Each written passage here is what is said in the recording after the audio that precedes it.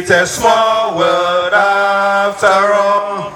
It's a small world after all. It's a small world after all. It's a small world.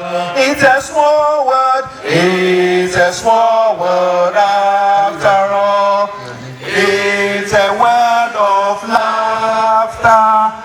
It's a word of tears and cheers. It's a credit union word. It's a small word. It's a small word after all. It's a small word after all. It's a small word after all. It's a small word. Next time I ever have your message, make sure you back up your account. Bintun chemo. So bonana kusa. So bonana kusasa. So bonana kusasa. So bonana kusasa. So bonana. So bonana. So bonana kusasa. Feel free and express your view on issues as we follow the program for the day. And we believe that the Lord Almighty that we have asked to lead us from the beginning will take us through. At the appropriate time, we will welcome the special dignitaries that we have at the high table here. So one more time, you are all welcome to the 2018-2019 Annual General Meeting of Hydrocorporative Credit Union. Oh, nobody has responded. Thank you very much.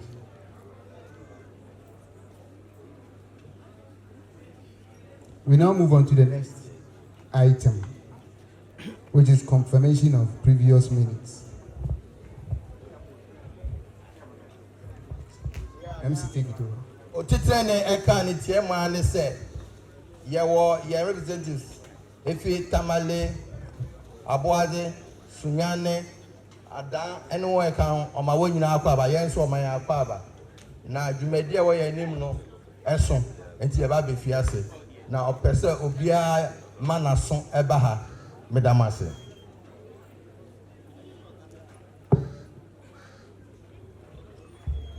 So item number 8 is confirmation of previous minutes. I believe we all have copies of the annual report. We invite the secretary to take us through that process.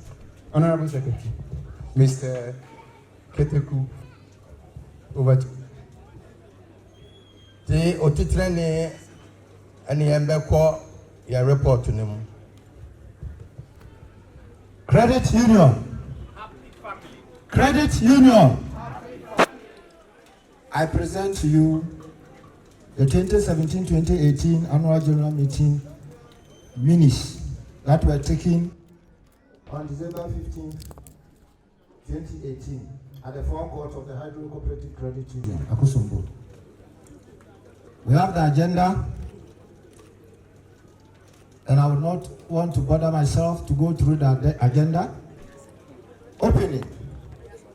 The meeting was opened with a prayer by James Adongo Asampua at 9:50 a.m. This was preceded by the reading of the standing orders for the meeting and singing of the credit union anthem respectively. The chairperson then welcomed members to the meeting and expressed profound gratitude for their presence. Acknowledgement. The following representatives and committee members, officers were acknowledged. We have board members, loans and supervisory committee members of the Hydrocorporative Credit Union, Hydro Credit Union representatives from Tema, Mr. Mauto Adipa, the Hydrocorporative Credit Union from Kumasi, Edward Enim, the representative from Ada, Gideon Opoku, representative from Tamale, Raphael Kono, from Bolga, Kwajo Mensah, the Eastern Regional Manager of KUA, Papa Kwachi, the KUA Audit Team from Accra, the Eastern Regional Director of Cooperatives, Mr. Frank Sapon, the Swejaman District Director of Cooperatives, Mr. Samuel Kumi, reading of previous minutes and acceptance. Minutes of the previous AGM was read by the Assistant Board Secretary, Joseph Asari Kiteku, and confirmed by members.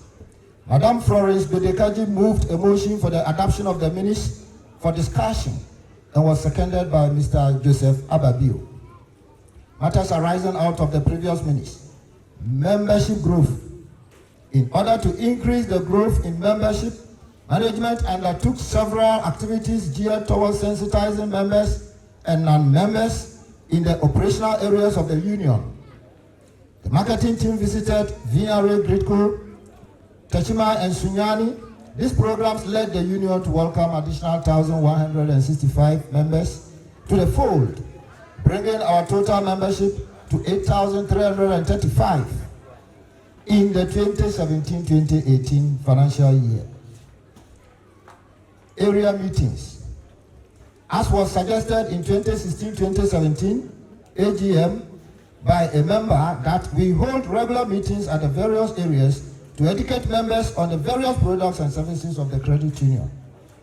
The chairperson reported that the union held 4 members educational meetings in the 2017-2018 financial year. 2 separate area meetings were organized in the AKOSOMBO and Somenya respectively.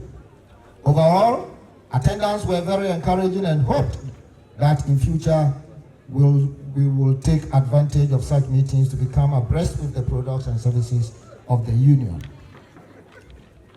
Change of meeting venue. The change of AGM meeting venue, as the chairman informed the House that the union tried to secure a place for our AGM meeting following the concerns raised by members, but unfortunately could not get a convenient place. It is hoped that come next year, a better place devoid of scorching sun would be obtained to save members from the intimidating rays of the sun. Inclusion of history in the communication materials. The chairperson also, in responding to the matters arising, told members that the history of the union had been added to the financial report as a means of communicating to members where we came from. She referred members to page 5 of the 2017-2018 financial report as evidence of inclusion of the history of the union, since the board will continue to be sensitive to the plight of our members. Boss report. Madam Love Grace Ofori, chairperson of the board of directors, delivered the annual report of the board of directors. She expressed her satisfaction with the performance of the union over the period July 1st, 2017 and June 30, 2018, and thanked the members, management team, and staff for their diverse contributions towards sustainable growth of the credit union.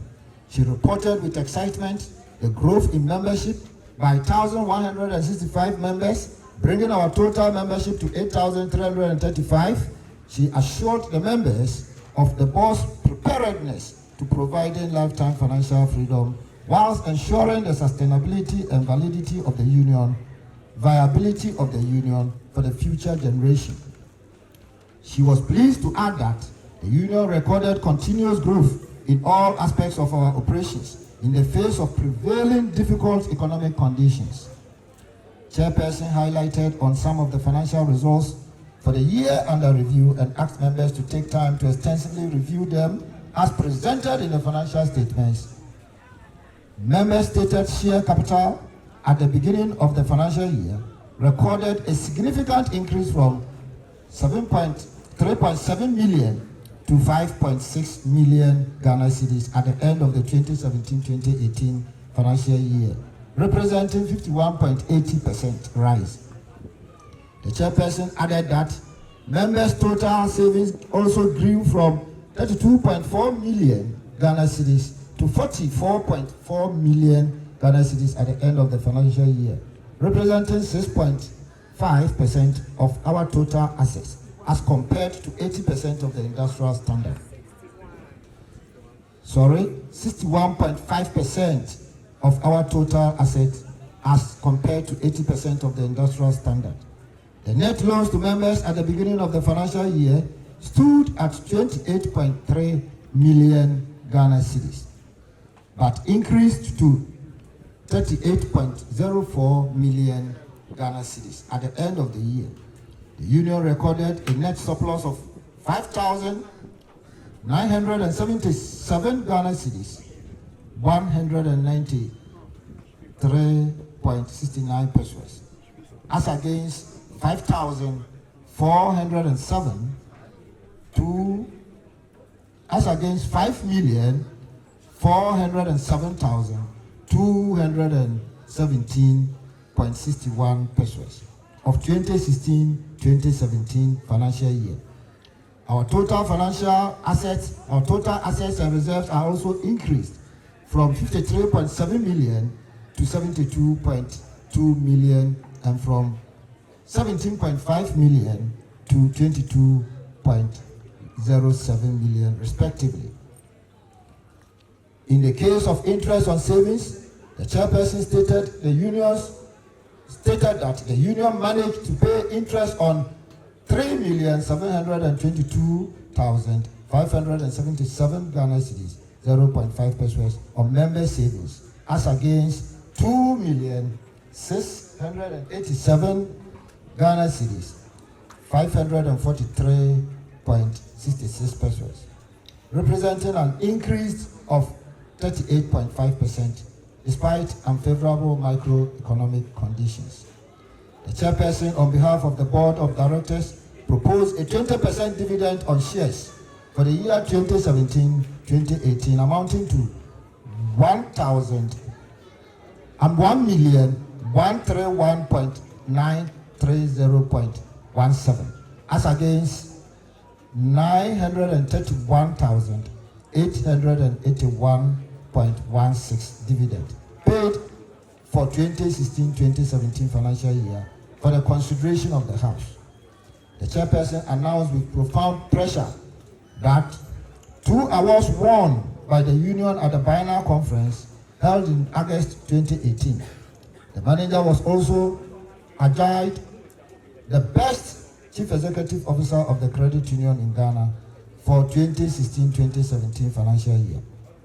The chairperson also reported that the bylaws and policies have been reviewed and have developed new ones such as loans policy, investment policy, election policy, human resource policy, procurement policy, internal control manual, and educational policy.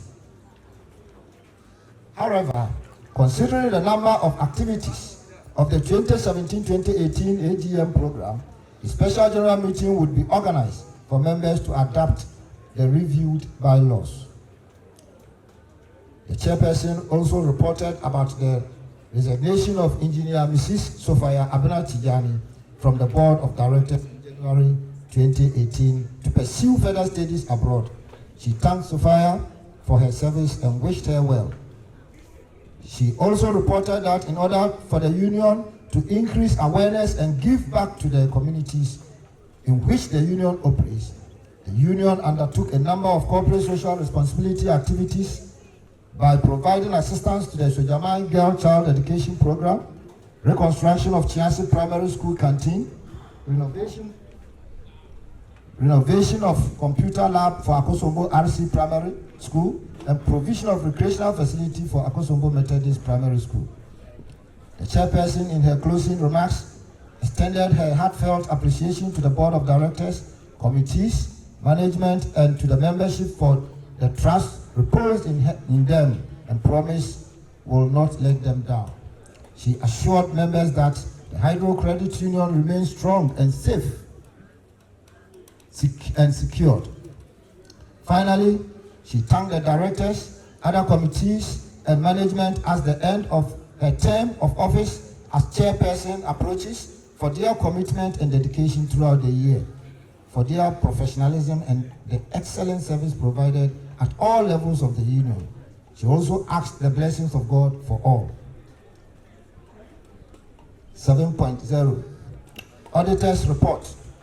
The joint audit team from KUA and Department of Cooperatives reported that they had audited the 2017-2018 financial statement of the Hydrocorporated Credit Union in accordance with the January accepted international standards on auditing, and found that the 2017-2018 financial statements comprising of the statement of financial position as at 30th June 2018, income statements, changes in equity, cash flow statements for the year under review, a summary of the significant accounting policies and other explanatory notes were prepared on sound accounting principles. The auditors concluded that the 2017-2018 financial statements as presented was a true and fair reflection of the state of the society's finances as at 30th June 2018. Presentation of the 2017-2018 audited financial report. The manager, Mr. Joseph Gatti, presented the audited financial statement for the 2017-2018 financial year, and afterwards moved a motion for its acceptance. Mr. Kenneth Kwedo Obey seconded the motion. Hence, the 2017-2018 financial statement as presented was adopted for discussion. Of the financial statement were also as follows. The credit union's asset base expanded from 53,758,258 Ghana cedis, 23 pesos, to 72,298,416.18 pesos.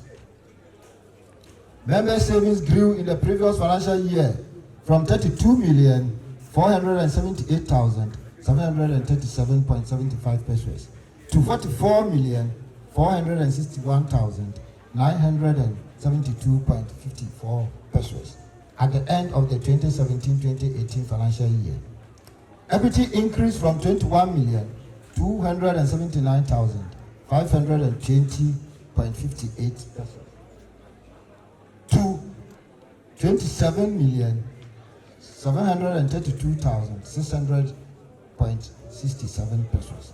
The credit union made a net surplus of 5,977 Ghana cedis, 193.69 pesos, as against the 5,407,217.61 pesos of the previous year.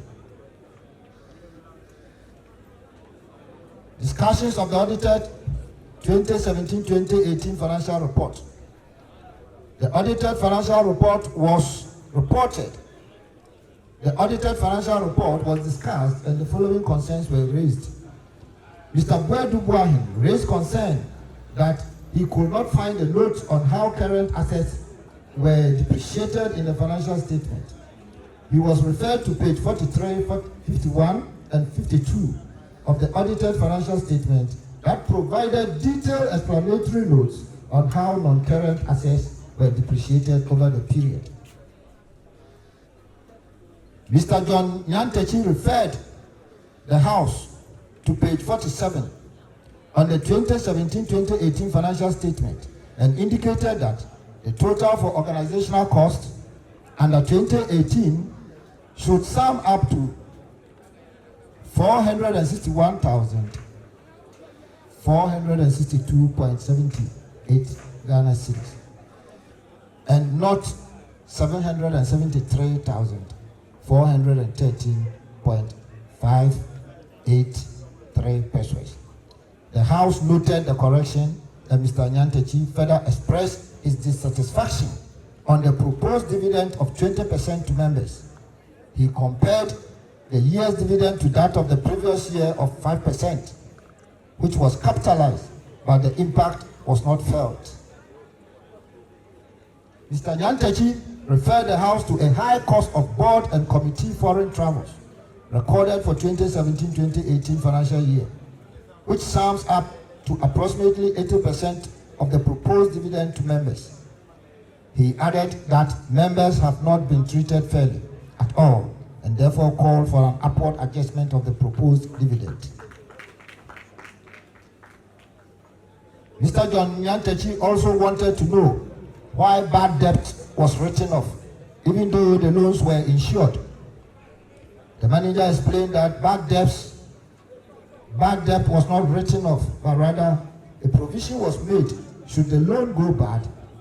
That is to say, the union is setting aside the amount of 91,555.23 pesos as a requirement based on the loan portfolio. Mr. Kenneth Kwedo Obey applauded the board and management for a very comprehensive report, which was a much improved one compared to the previous years. He also referred members to the challenges and suggestions made by the Loans Committee on page 26-27 of the report and wanted to know the steps taken by management to ensure that loans are readily made available to our members. He stressed the need for the union to expand its administrative network, considering the fact that the union is growing to cover a wider area in the Sogamai, Manya Krobo, and Yulo Krobo districts in order to reduce the time spent when advancing loans to our members. Mr. Kenneth Kwedo Obey also entreated management to make available copies of the reviewed bylaw for the study of members. The chairperson in the response to the issues raised by Mr. Kenneth Kwedo Obey explained that management has had several retreats in relation to all the operational manuals, policies and bylaws that took into consideration the challenges and suggestions raised by the committee, and also reviewed all bylaws, but they have to be satisfied by the Department of Cooperative before it is brought back to members for their acceptance and implementation.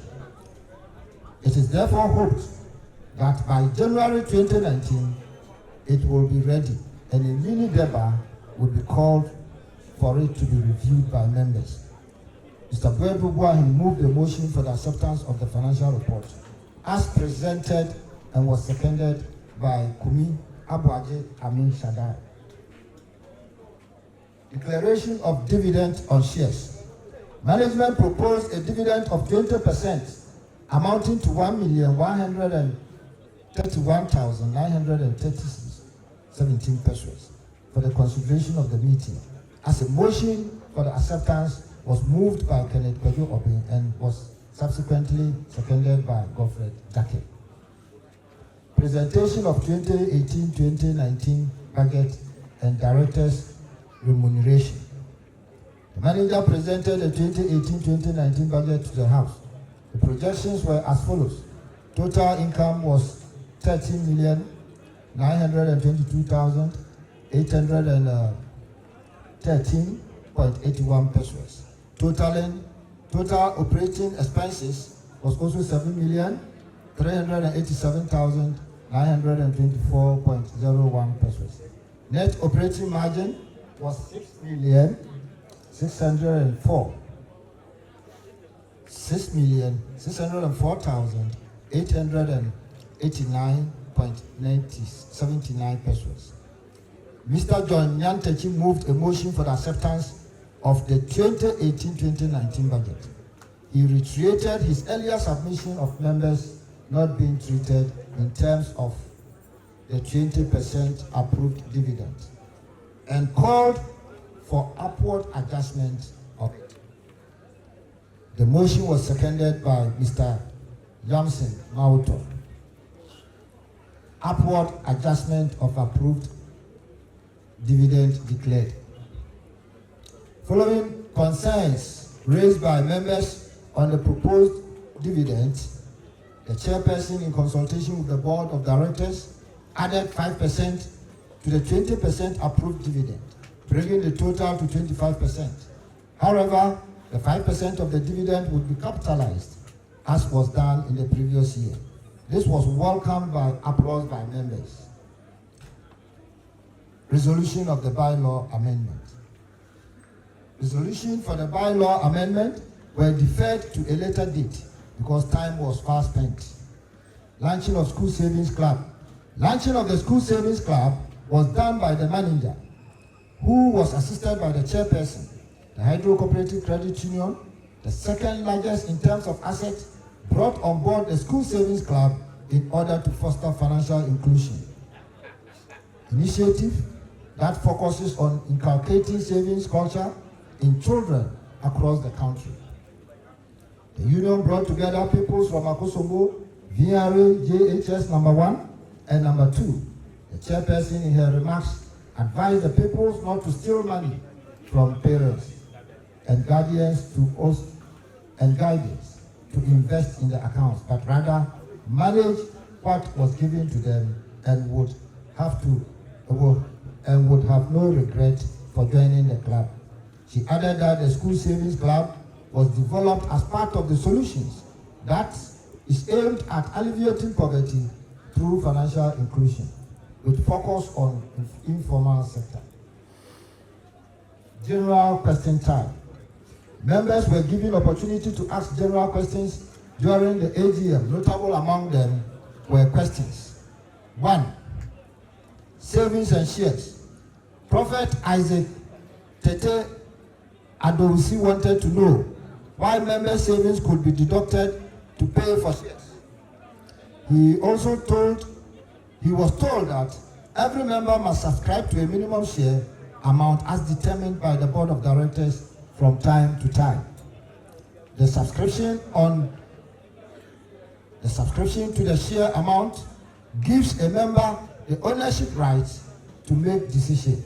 Therefore, it is advisable for members who have not met the minimum share amount to do so. Membership identification class.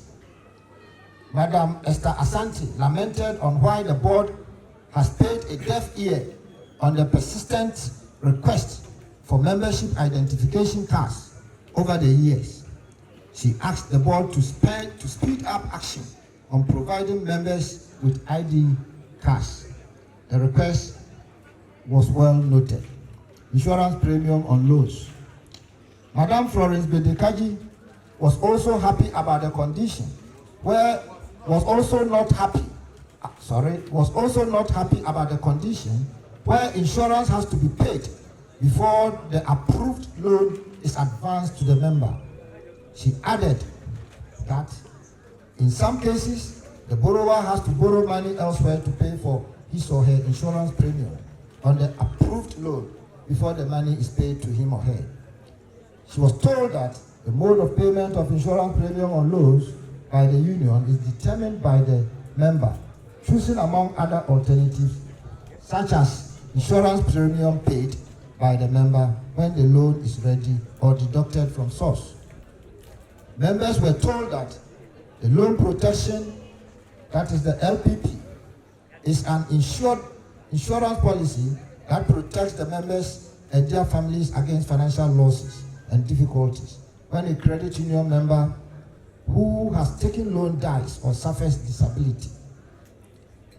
This means that in the process of paying the loan and the unexpected happens, that is death or permanent disability, the insurance comes in to pay all the loan outstanding to the credit union and also refund all payments made by the members before the incident occurred to the next of kin. T-shirts or Lacoste. Mr. Godvic Enyan, on his part, thought that as one family, every member of the family should have been given a T-shirt or Lacoste to symbolize the unique identity of the family. But it is surprising to see only staff and all committee members in that attire. He made a passionate appeal to the board to provide members with T-shirts, Lacoste going forward, since it could serve as a marketing tool for the union. He was told that his request has been noted. Corporate social responsibility. Mr. Pedro Odro wanted to know why the union restricted its corporate social responsibility activities in AKOSOMBO and thinks that it is unfair to neglect other areas of operations.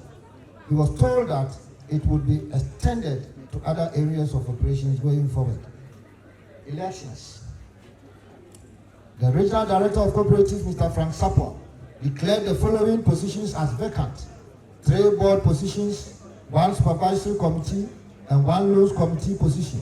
Overall, 11 candidates contested for the board position, 1 candidate for the supervisory position, and 2 candidates for the loans committee position. He gave their names as Hall of Directors: Justice Kofi Bedu, David Wedu Buahi, Kenneth Kwejo Obey, Emmanuel Kwesi Batawa, Edward Ofer Kranti, Kumi Abuaje Amishadai, Mark Ofosu Kumaglu, Esiodu Daina, Frederick Yabu Alabi, Rubin K. Awiren, Eugene Opoku Efrifa. On the part of the supervisory committee, we had Emmanuel Sapon Enim. Loans committee, Robert Soa, Mau Tokwendi. The electoral commissioner, Mr. Luciana Mumuni Watara, declared Mr. Emmanuel Enim Sapon as going unopposed, since he was the only candidate who filed for nomination as supervisory committee member. Following a chaotic situation that ensued during the scheduled elections to choose new executives to the various committees and board of directors at the AGM, the Eastern Regional Director of Cooperatives, Mr. Frank Sapon, after a consultative meeting with contesting candidates, officers from KUA, Electoral Commissioner, and management of the Hydrocorporated Credit Union, however, postponed the elections to a date that was to be communicated to members. Closing. The postponement of the elections was welcomed by members, and the meeting ended at 4:35 p.m. with a closing prayer said by Reverend D.S. Rover. Here ends the minutes of the 2017-2018 financial year. Minutes of the 2017-2018 AGM should be accepted.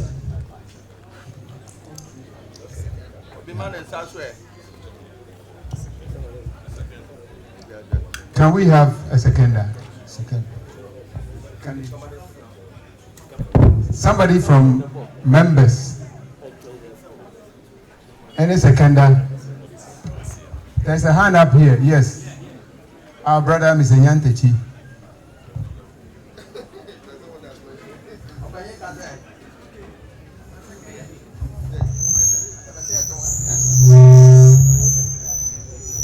Thank you, Chairman. I wish to second the 2017-2018 financial year report. Thank you.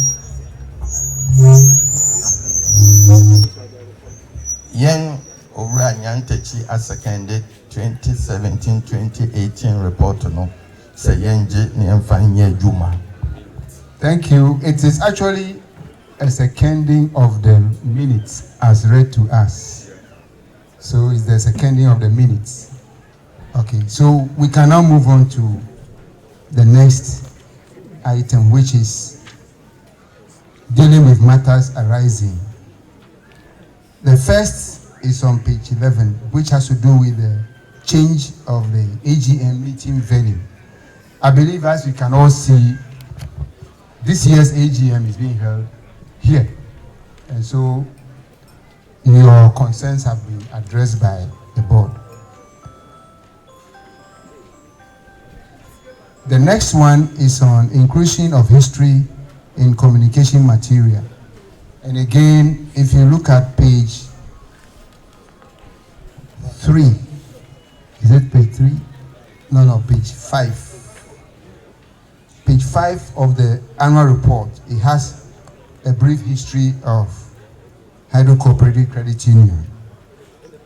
So again, we have responded to that. In fact, we have responded to it in the previous year's report. And so we'll continue to make sure that it is captured in the report annually so that members can acquaint themselves with the background of Hydrocorporated Union.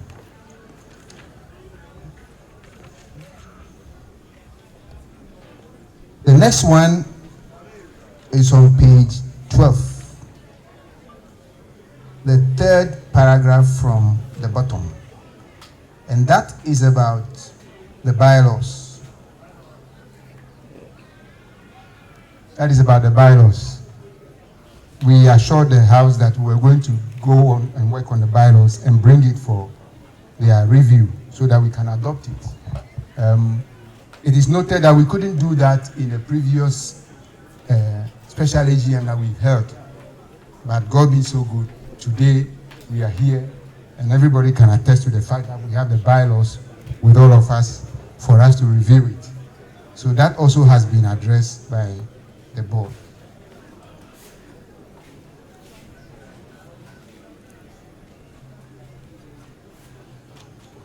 Then come to page 14,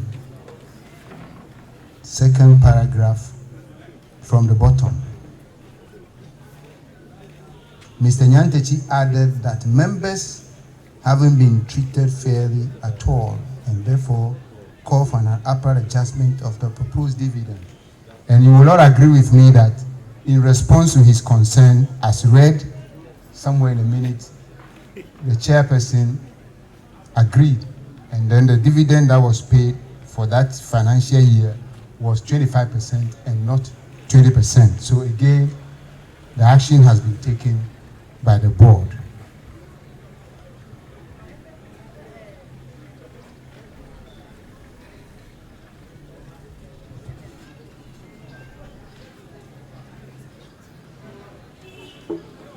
Okay, this is also about the bylaws. That's on page 15. Kenneth Kojo Obeng also entreated management to make available copies of review bylaws for the study of members. That has been done, and that is why we are here today as part of the activities for the AGM.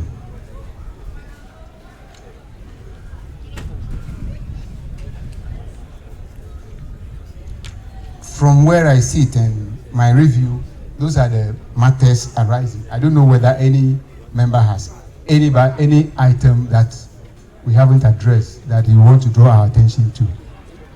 Is there any other issue? If you have any, just raise your hand and we'll give you the microphone to draw attention to it, then we can deal with it. Any hand? Yeah. Okay. Okay, there's a hand up there. Can we get to him and let him speak?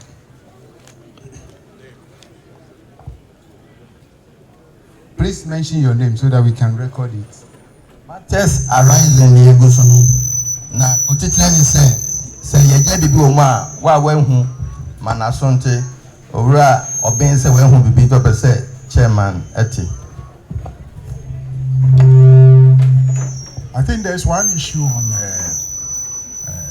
ID cards, and it has not been addressed. So if Mr. Chairman, you can comment on it. About ID cards, I can't see a very well, so I find Okay. Thank you very much, Ms. Obeng. It is an issue that the board has discussed and deliberated upon extensively. And we think we need to take a second look at the subject matter. In that, number one, members have passbooks that captures information on their contribution shares and interest on their shares and others. And so it may not be very, very necessary for them to have an ID card. That's just one of the issues.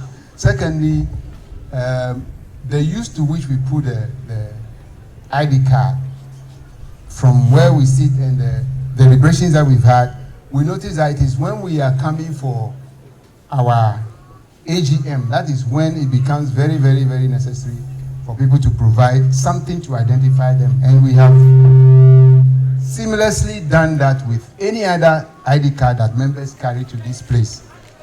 We were also looking at the cost of printing the ID cards. Now we're talking about 9,000 members.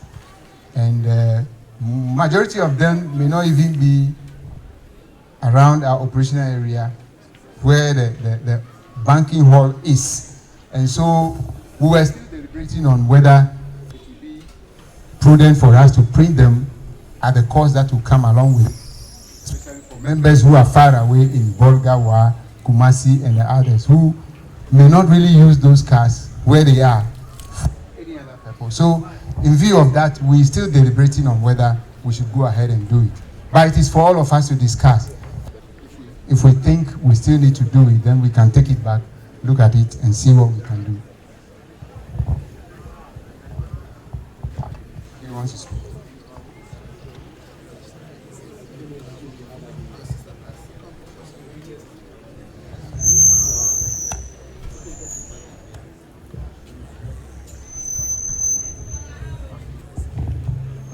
Yeah, I'm so sorry I disagree with Chairman's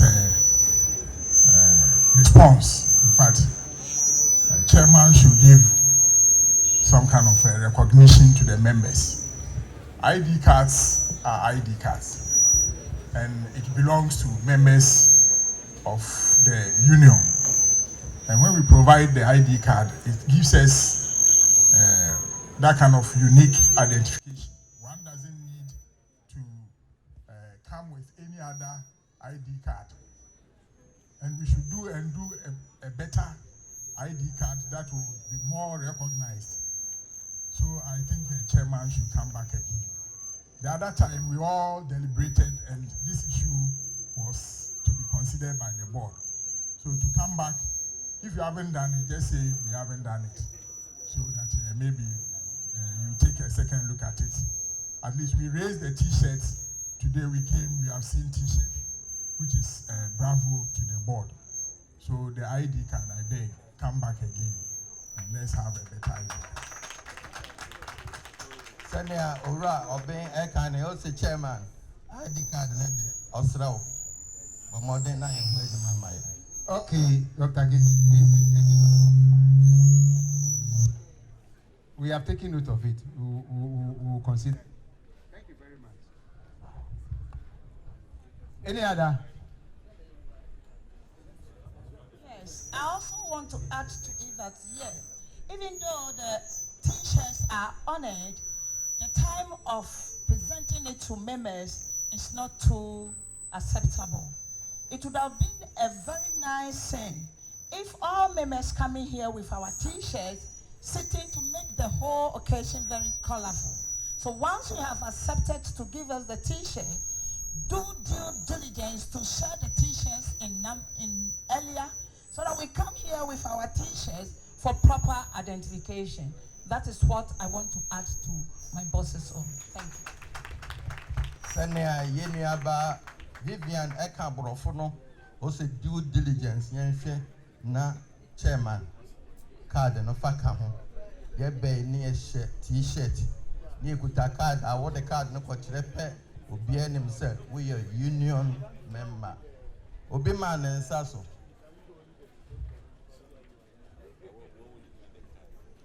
okay chairman, they said they are really interested in the card. And that there's a statement here that they are older than the t-shirt and that it should be Lacoste. Thank you.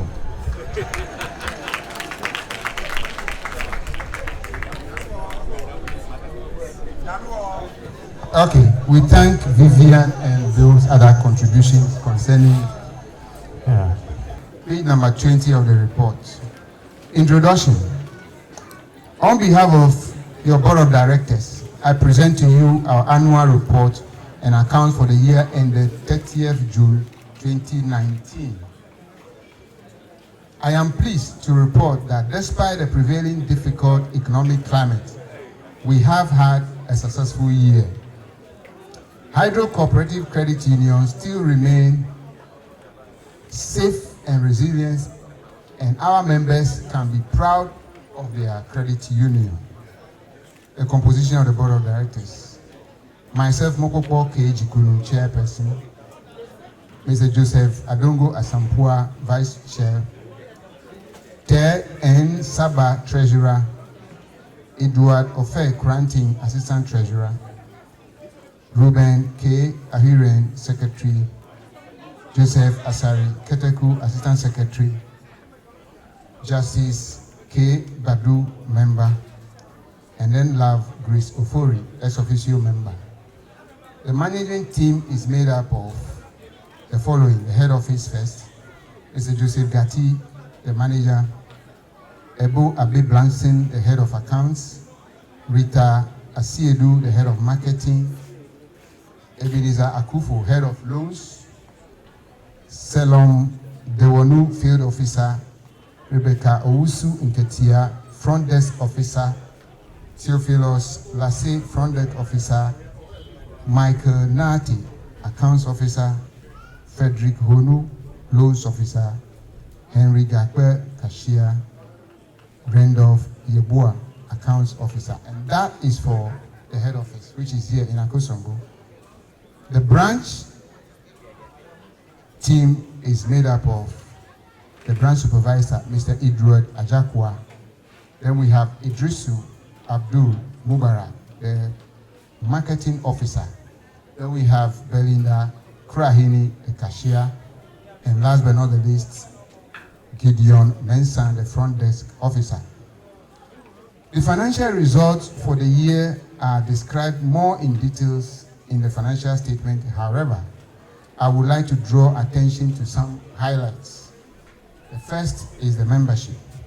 The total membership as at the beginning of the year was 8,337, which was made up of 4,000 for VRA and Greco staff members, 3,378 for community members, and then 866 child accounts holders, and then 93 group members.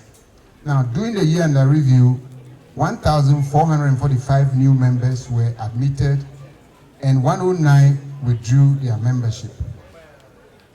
This brought the total membership to 9,673, which is made up of 4,083 staff of Greco, VRA, and probably NETCO, and then 4,307 for the community.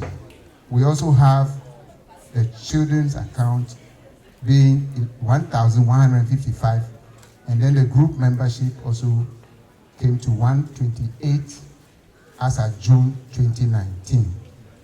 For shares, our members' equity was 5.6 million cedis at the start of the reporting year.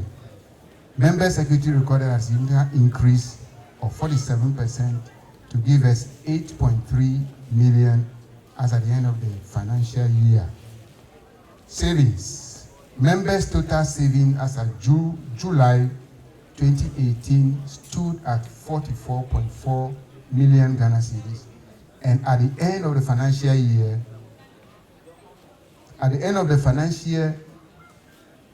total savings was 54.9 million, representing 60.8% of our total assets, as compared to the standard industrial requirement of 80%. Loans. It was another year of continuous growth as our loan portfolio expanded. Net loan to members at the beginning of the year and the review stood at 38 million Ghana cedis. And at the end of the financial year, net loans to members were 48.1 million Ghana cedis. Interest on shares. The total of 5.2 million Ghana cedi interest was paid to members in 2018-2019 financial year, as compared to 3.7 million Ghana cedis the previous year. And that gives us an increase of 40%. Dividend payment. Share dividend of 25% amounting to 1.4 million Ghana cedis was paid to members for 2017-2018, as compared to 923,370.05 Ghana cedis. That was paid the previous financial year. Now, total assets. The union total assets also increased from 72.2 million to 90.4 million, representing an increase of 25%. Conclusion. Operating a credit union has never been as challenging and demanding as in current times. It requires dedication and commitment from all involved. A huge governance responsibility rests on the shoulders of both board and other committees of the union, and significant time commitment is required. Now, increasing expectations are being placed on the staff to provide high-quality services within a tighter regulatory framework. We seek to do all this while protecting our cooperative goal and making our credit union as good as it can be for our members. I would like to thank my fellow board members, loan committee members, supervisory committee members for their level of service, and I would also like to thank our management team and staff for their hard work and commitment throughout the year under review. The board is very appreciative of the service to members and the assistance they provide, and to the board and to the various committees. Finally, I would like to thank you all, members, for your loyalty and support throughout the year under review. May the good Lord bless us all. Thank you very much. Apem ahannan aduanan enum.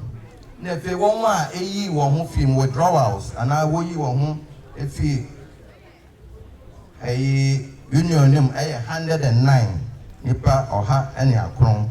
Eti ye totals a ye kutem 9,673. Na 9,673 VR Greco ene won ka ho nyina staff no 4,083. Mpem anan eduoche es abiesa. Na community a won abeka ye ho nso one day ye mpem anan ahasa ene ason 4,307. Efe oka shares ho asem shares no afi ekọ na enim yen shares no afi 5.6 million akodo 8.3 million. Na eno enya increase of 47%. Yemenu wa percent ni ade no etore bia ni twi ni ede nti e wono mumenti e percent. Efe savings no so o savings ayenya afi e 54.9 million, representing 60.8%. Savings afi yenya no e kwa anim. Na oka loans are what the mayen afi loans are union no mayen 48.1 million. 48.1 million. Na yesha onwa ko wen because afi etwa no o mayen 38 million. Na afi one mayen 48. There's an increase in the loans awarded mayen. Afi okayen interest on savings. Interest on savings no and also equanim interest on savings no equaye 5.2 million. Na yesha na one increase by 40% in chimu eduanan.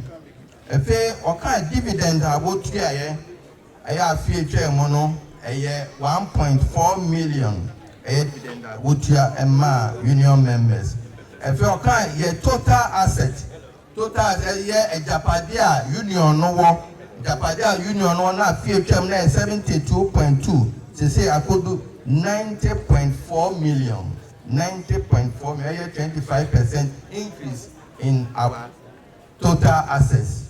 Na ofeni na the board members edumayefo ena yinina ne eboaye madumedia oye anase yetumi ye afi etwem no ekọ enim oda yinina ase. Let's make a massive chairman. Mr. Chairman, we present to you the independent auditor's report to members of Hydrocorporative Credit Union Limited.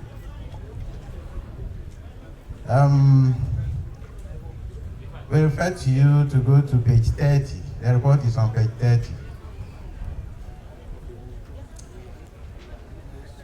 The report is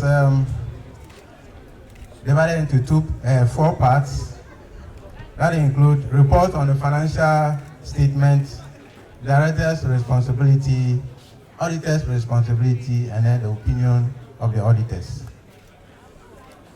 On the report on the financial statement, we have audited the accompanying financial statement of Hydrocorporative Credit Union Limited, which comprise the financial statement, the statement of financial position as at 30th June 2019, and the income statement, statement of changes in equity and cash flow statement for the year that ended, and a summary of significant accounting policies and other explanatory notes. Director's responsibility for the financial statement. As stated in the Credit Union's bylaw, the Board of Directors is responsible for the preparation and fair presentation of this financial statement in accordance with relevant financial reporting standards, Cooperative Decree 1968, NLCD 252, and other regulations.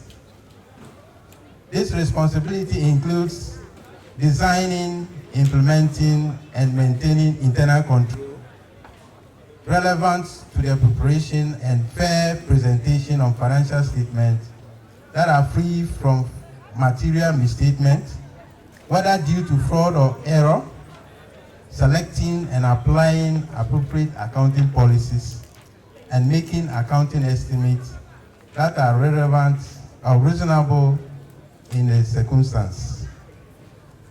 Auditor's responsibility. Our responsibility is to express an opinion on this financial statement based on our audit. We conducted our audit in accordance with the generally accepted international standards in auditing. Those standards require that we comply with ethical requirements and plan and perform the audit to obtain reasonable assurance whether the financial statements are free from material misstatements. An audit involves performing procedures to obtain audit evidence about the amounts and disclosures in the financial statement. The procedures selected depend on the auditor's judgment, including the assessment of risks of internal or material misstatement of the financial statement, whether due to fraud or error.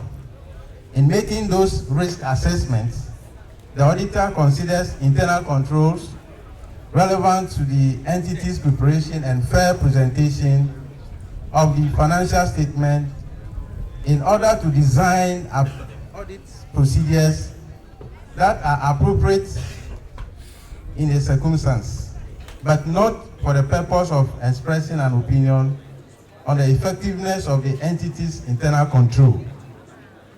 An audit also includes evaluating the appropriateness of accounting policies used and the reasonableness of accounting estimates made by management, as well as evaluating the overall presentation of the financial statement.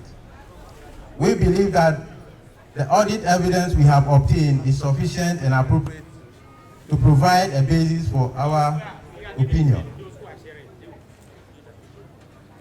In our opinion, the financial statement gives a true and fair view of the position of Hydrocorporative Credit Union Limited as at 30th June 2019 and of its financial performance and its cash flow for the year that ended in accordance with Cooperative Decree 1968, NLCD 252, and industry standards. Mr. Chairman, we thank you for giving us the opportunity to present this report to members. Thank you very much. 10,620,918.32 pesos as against 8.4 million the previous financial year. Interest on liquid investment was 3,669,384.56 pesos as against 2.5 million the previous financial year. Other financial income amounted to 806,983 CD 43 pesos as against 624,000 the previous financial year, giving us a total income of 14.4 million Ghana cedi. Okay. Non-operating income 295,423 Ghana cedi 47 pesos, giving us a grand total of our income to be 14.7 million Ghana cedi. We have the notes attached. So from page 41, from 36, by the notes to the loans, interest on loans and interest on liquid investment, you get them from page 41. Our expenditure, cost of fund, that the interest paid on member savings, amounted to 5.2 million Ghana cedi. We have the personnel cost to be 1.2 million Ghana cedi. Occupancy 91,697. Organizational 1.2 million. Security 274,000. Administration 677,931.66, giving us a total operating expenses to be 8.7 million Ghana cedi, giving us a net surplus of 6,038,525 cedis, 27 pesos. The proposed appropriation, we've taken 25% to our statutory reserve, education reserve to 2%, corporate social responsibility 2%, and the rest go to the operating income. We pick the statement of financial position as at 30th of June 2019. We have our liquid funds, liquid investments, other investment, net loan to members, other current assets, non-current assets, giving us a total assets of 90,466,182.47 pesos. And this is represented by other current liabilities, member savings, member shares, and reserve, including the net surplus, also giving us a total liability of equity of 90.4 million Ghana cedi. On this note, I propose further discussion and approval of the financial statement as presented. Thank you. Maybe support the accounts. I think there are a few issues arising from the report that may need some kind of clarification before the accounts can be accepted.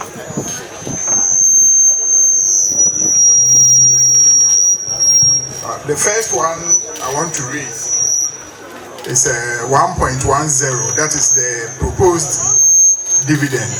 But first of all, let me commend the management team for a very comprehensive report. It looks good when you go through. I think it's a very good Hello, report. Mr. Obi.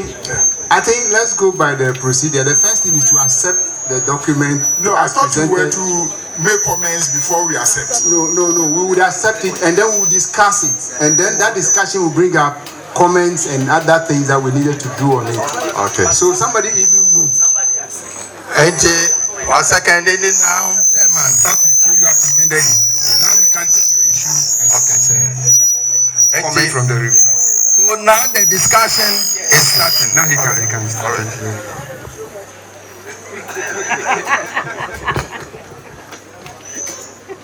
Okay. As I was saying, we have to commend the management team for a very comprehensive report. When you read through, you see a very good work done. There are a few things I want to highlight. The first point is the continuous preparation of these accounts that end in June 30th.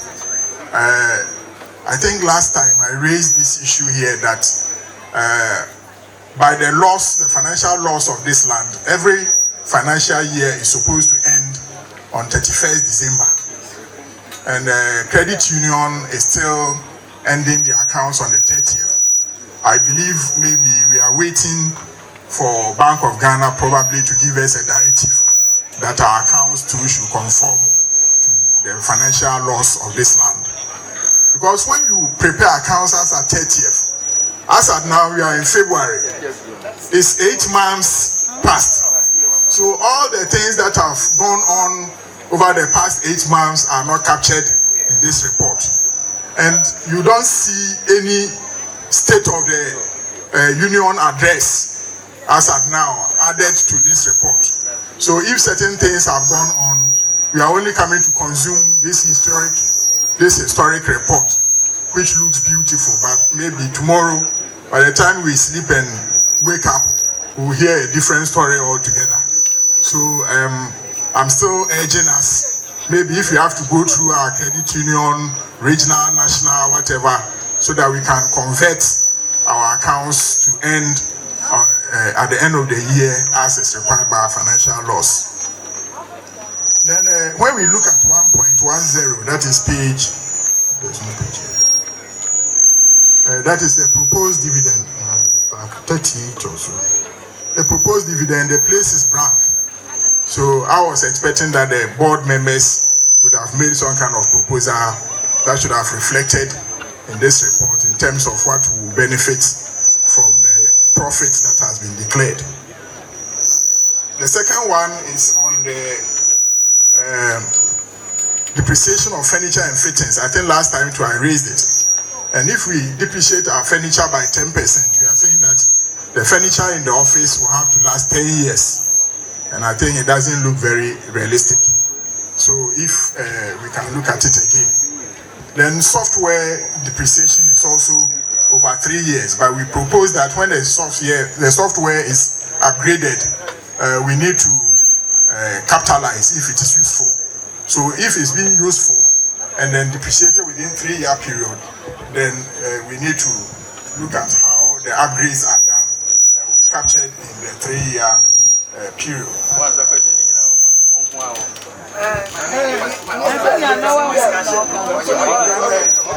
Committee allowance on organizational costs also increased from 100,000 to 410,000, about 4 times.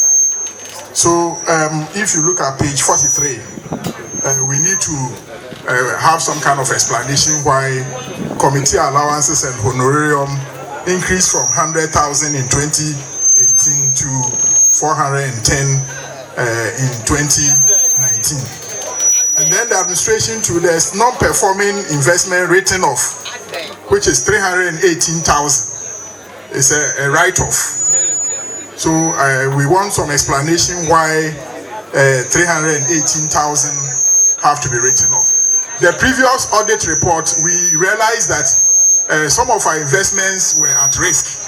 That is the Gold Coast, our investments in Gold Coast securities. The auditors didn't comment about it, and I was surprised that the auditors didn't comment about it. And there's no report that shows that today, whether what is stated in the investment portions relating to Gold Coast securities are still recoverable. There's no comment over here. And it's a huge sum of money. If you look at the investments at Gold Coast, which we have not been able to recover, we haven't been able to open it here. Then when you look at 13, liquid funds, 13, page 44, 13, the last figure, 3,142 has no narration. The liquid funds, page 44.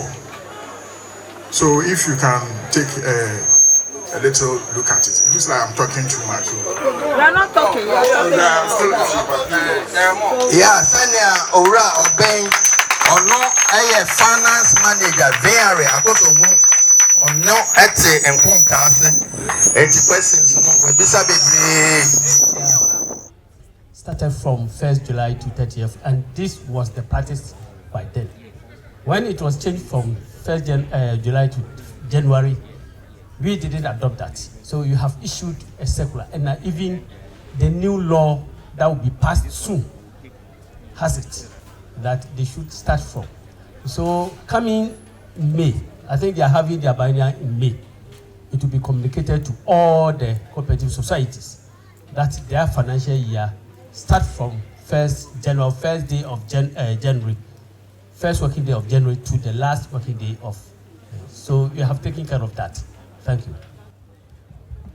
Thank you, Registrar. So I will pick the rest. I will attempt to. The first one has to do with, so once the financial year will be regularized, so it means that our AGM will come a little earlier. So it doesn't sound well where you are presenting June report in the next ensuing year. So that's also going to be resolved. The issue about the proposed dividend is part of the agenda. So when we get the board will make a proposal for members for discussion and adoption. The issue of depreciation on furniture and fittings, we will look at it. We'll go back to take note of that. The non-performance of investment, the auditors commented on that, but that is the management later. Based on the external auditors' recommendation regarding the non-performing investment, that they advise that we set aside some profit against that. Thankfully, the government has announced that from Monday, we have also gone through the validation. So from Monday, as the president has stated in the State of Nation address, that all lock-up investment will be paid 100%. So we'll follow through to that. I believe that the next time we come, we're going to report on some of these things as we handle it. The issue of committee and honorarium. The point is that the practice was different. So the treatment. So but for last year, we wanted to stand out. But the previous year, it was treated in the operating reserves. So subsequently, you're going to see the year to year so that you can do that comparison. So it's because of the change of treatment, that's why you have that figure going from 100 to 400. Subsequently, you're going to see it, you will see the trend. I believe I'll be able to handle the questions so raised. Thank you. Two of my questions that I wanted to ask. But then going forward, I can see fuel cost generator 26,186.90 Ghana cedis. But I know in AKOSOMBO we have a stable and reliable power supply. Why 26,000 was used for the generator? I know that once there is power in AKOSOMBO, the only thing that they will be doing is to heat run the equipment, which will cost 26,000 unless they give an explanation to that. My second issue is on core dues. He said core dues is what? 29,884. And the chapter dues and levies 67,489. Why the chapter dues should be so huge than the core dues? I need an explanation for that too. Thank you for that. There have been a lot of power outages in Somenya. So majority of that cost referred to the fuel cost for the genset is coming from Somenya, not AKOSOMBO. Because of course, once AKOSOMBO have a stable power, so AKOSOMBO genset is not run on fuel. The issue about the COA dues. The COA dues is 4 cedi per member. The dues is based on your total membership. That's for the COA dues. The reason why the chapter have 3 components of their dues. We have the chapter dues, and then we have what we call ICUD, International Credit Union Day, and then the chapter is putting up its office building. And so there's a levy for every credit union in the chapter. And that is also based on your total membership. So that is how come you see the chapter dues of that amount as compared to the COA dues to the national office. Thank you. I believe I have been able to answer the question. Thank you. Already do questions now. Efa senior generator RV sika ewo krodo yim. Na watch say somanya your office wo ho. Sakosomo anwe sika somanya de RV sika. RV sika papa.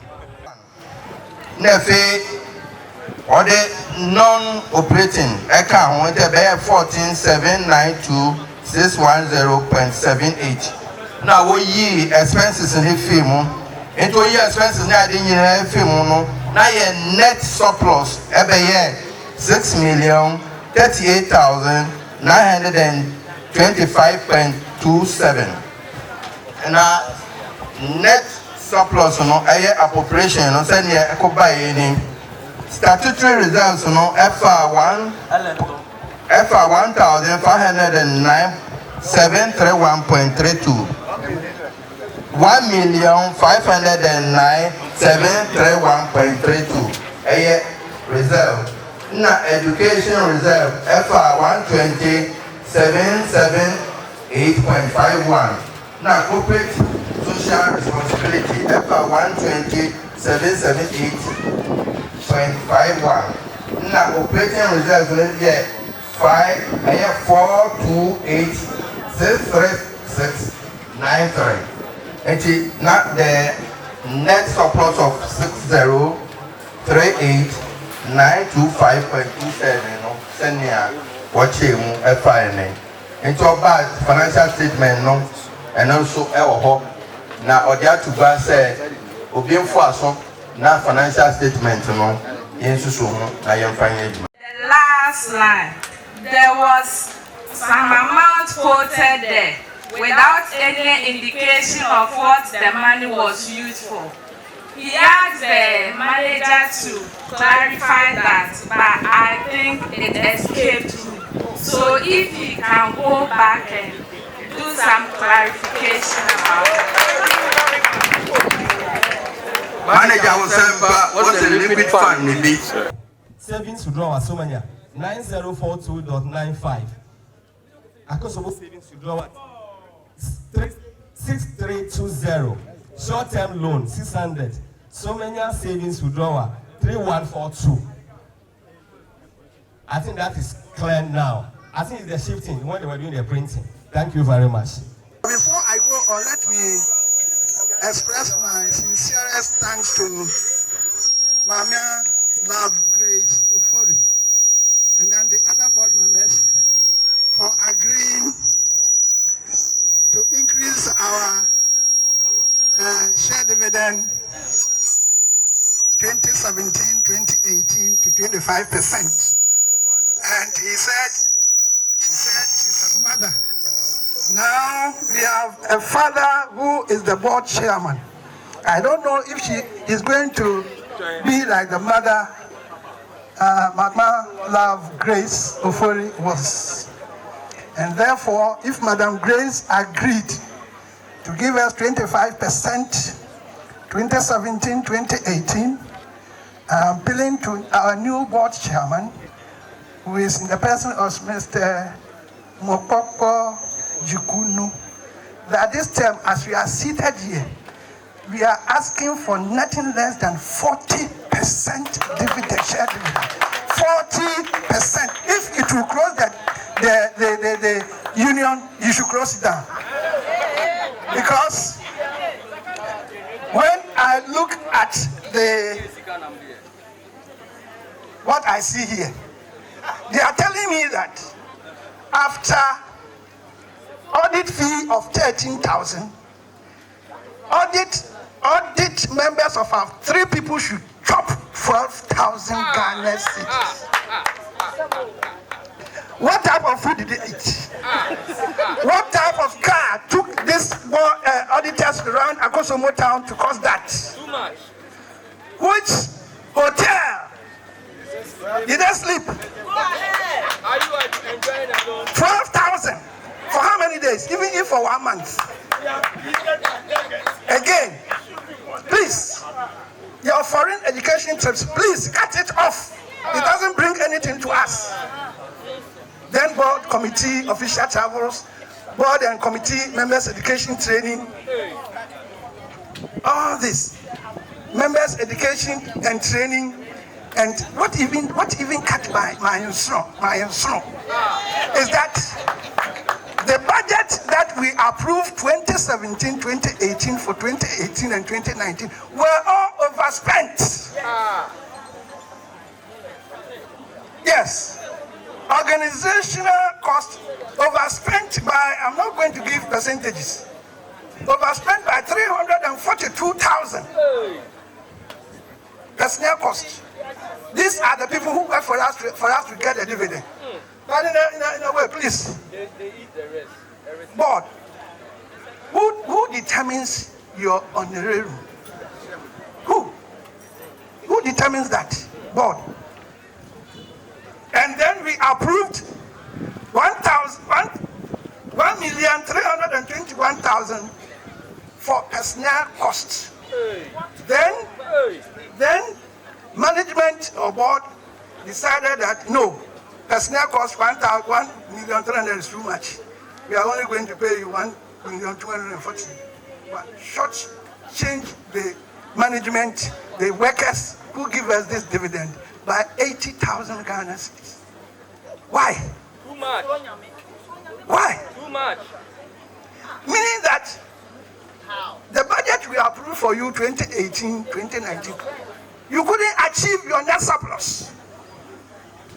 Yet, at the end of the day, you are telling us that we should give you 5%.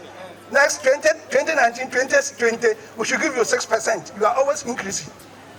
This year, you are taking no less than 40%. Share it. Whether you like it or not, you pay. Mr. Chairman, let us also enjoy. Then the bylaw says, after every financial year, I mean, how come that we sit, financial ended in June 30th, the whole of July, August, September, October, November, December. When you could have given us this dividend to enjoy Christmas, you shift it to the following year. How?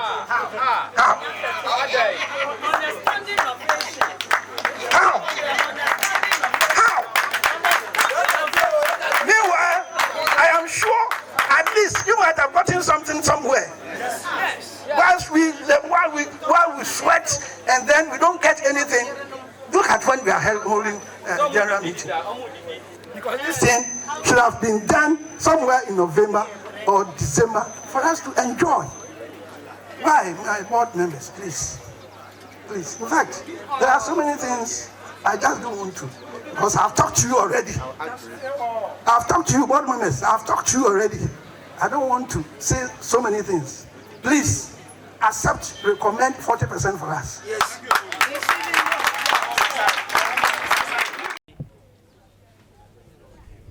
2018 documents, 1.3, but we spent 1.2 million, a series of about 100,000 Ghana cedis.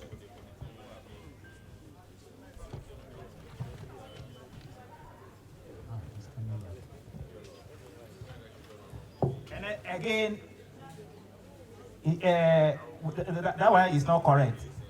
But cost of funds, what they approved for us was 4.5 million or 4.6 million, 4,578.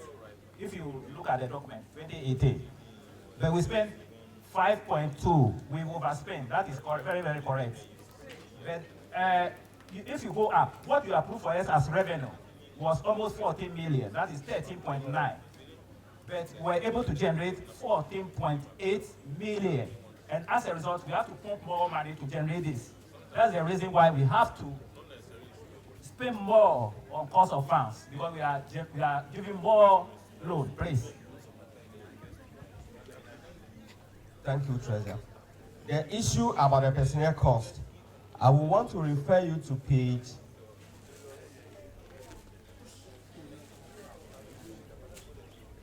28. Page 28 of the report.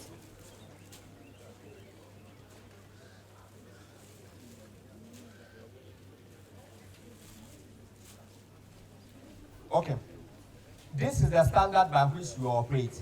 Now, if you look at the personnel cost, by the standard of the industry standard, the maximum that we could pay for employee is 2.5 of our total average asset, which will amount to 2,034,000.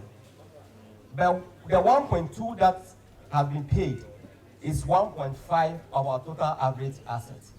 So you look at the figure of 1.2 million Ghana cedi, we are still within the standard of the 2.5.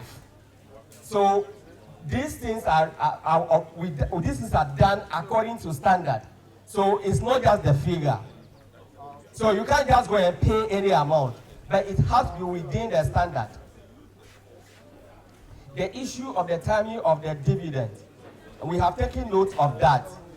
Some of the issue is beyond our control because we can only have annual general meeting. We can only present this report if after auditing.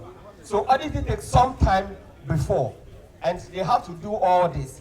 As a result of this, it takes time for us to organize this meeting.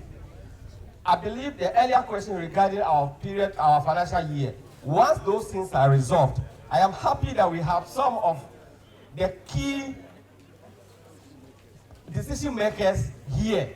In fact, we have the whole registrar of the whole cooperatives in Ghana.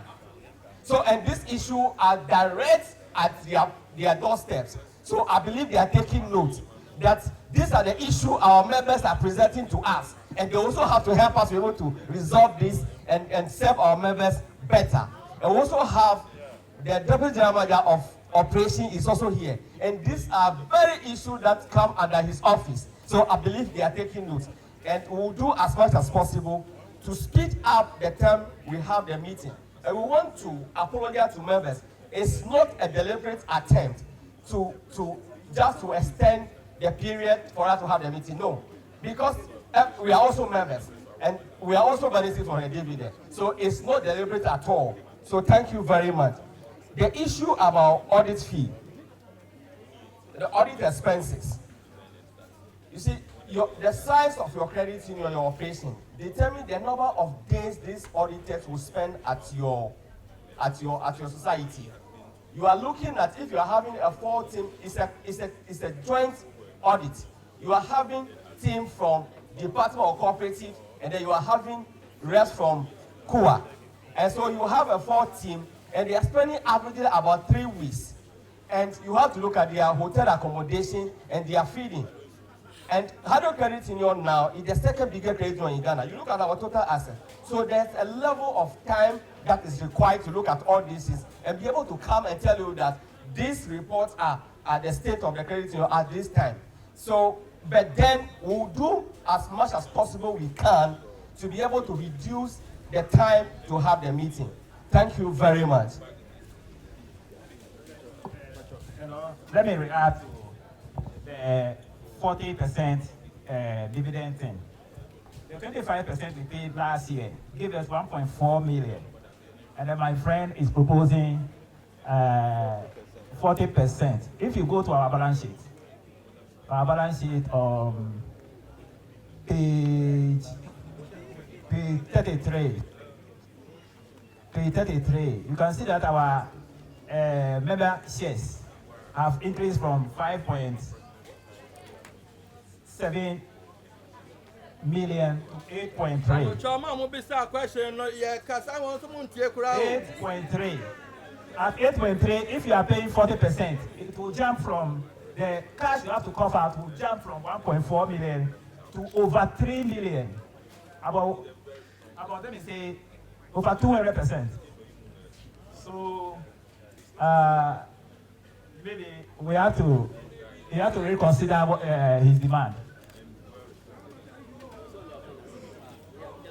You know, we have on agenda, you have proposed dividend.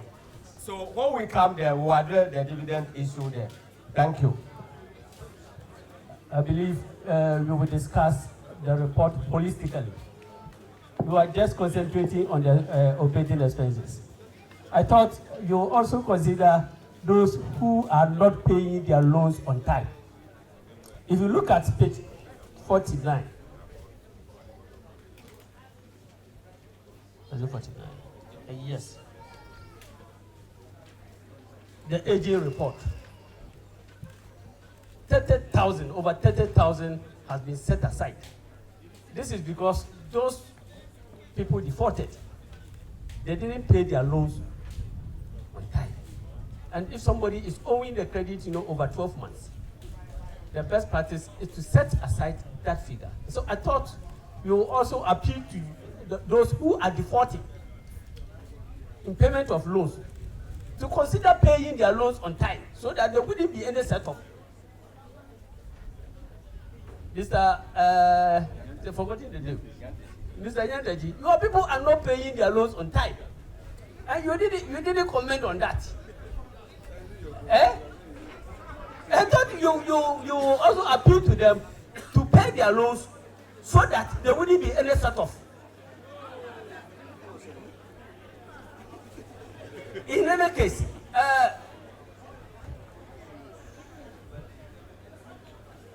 Mr. Nyandaji said no. So they should continuously defaulting in payment of. That is what I said. You need to discuss the report holistically. If those people are not paying and you didn't comment, but you went ahead and then talk about the operating expense, that is where I also do not see the. Anyway, I'm here as an observer. So if you have expressed your opinion, we have to accept it. Considering the time of audit, as he said, Hydro is the second largest credit union in the whole country. So my appeal to them is when their account is ready, they should let us know. We will send people to come and audit the account so that you could have your AGM on time. But I was about to ask questions about why you are now holding your AGM. So if it is the delay of the auditors, anytime your account is ready, just let us know. We will send people to come and then audit the account if the people here are not available at that time. Please consider that. Thank you very much. That's why I'm happy the decision makers are here. Please, let me. Okay. I want to. Credit Union. Happy family. I want to kindly add something. My name is Samuel Tete Ohipeni. The first one is about the presentation of the financial report. Mr. Chairman, your indulgence, please. Shareholders have elected people as board members, and for that matter, board members are accountable to shareholders. And then they have been given mandate to employ people, and the workers too are accountable to the board members. It is the duty of the board members to present financial accounts to the shareholders and not the manager. That's why the auditors in their report said that. Let me read page 30. Director's responsibility for the financial statement.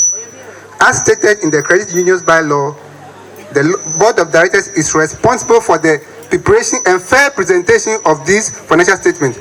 So please, Mr. Manager, it is not the duty of the manager to come and present report. It is the duty of the board members, and for that matter, the head of the board.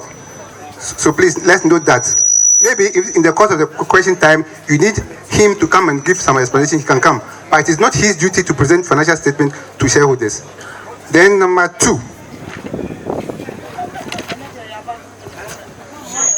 It's on page 28, still on organizational cost, operating expenses.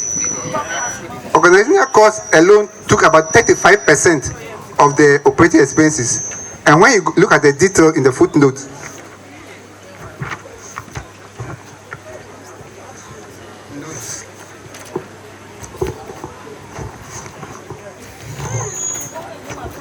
Note 8, we have staff education and training costs, member education and training, and even in the note 7, staff education grant and subsidy.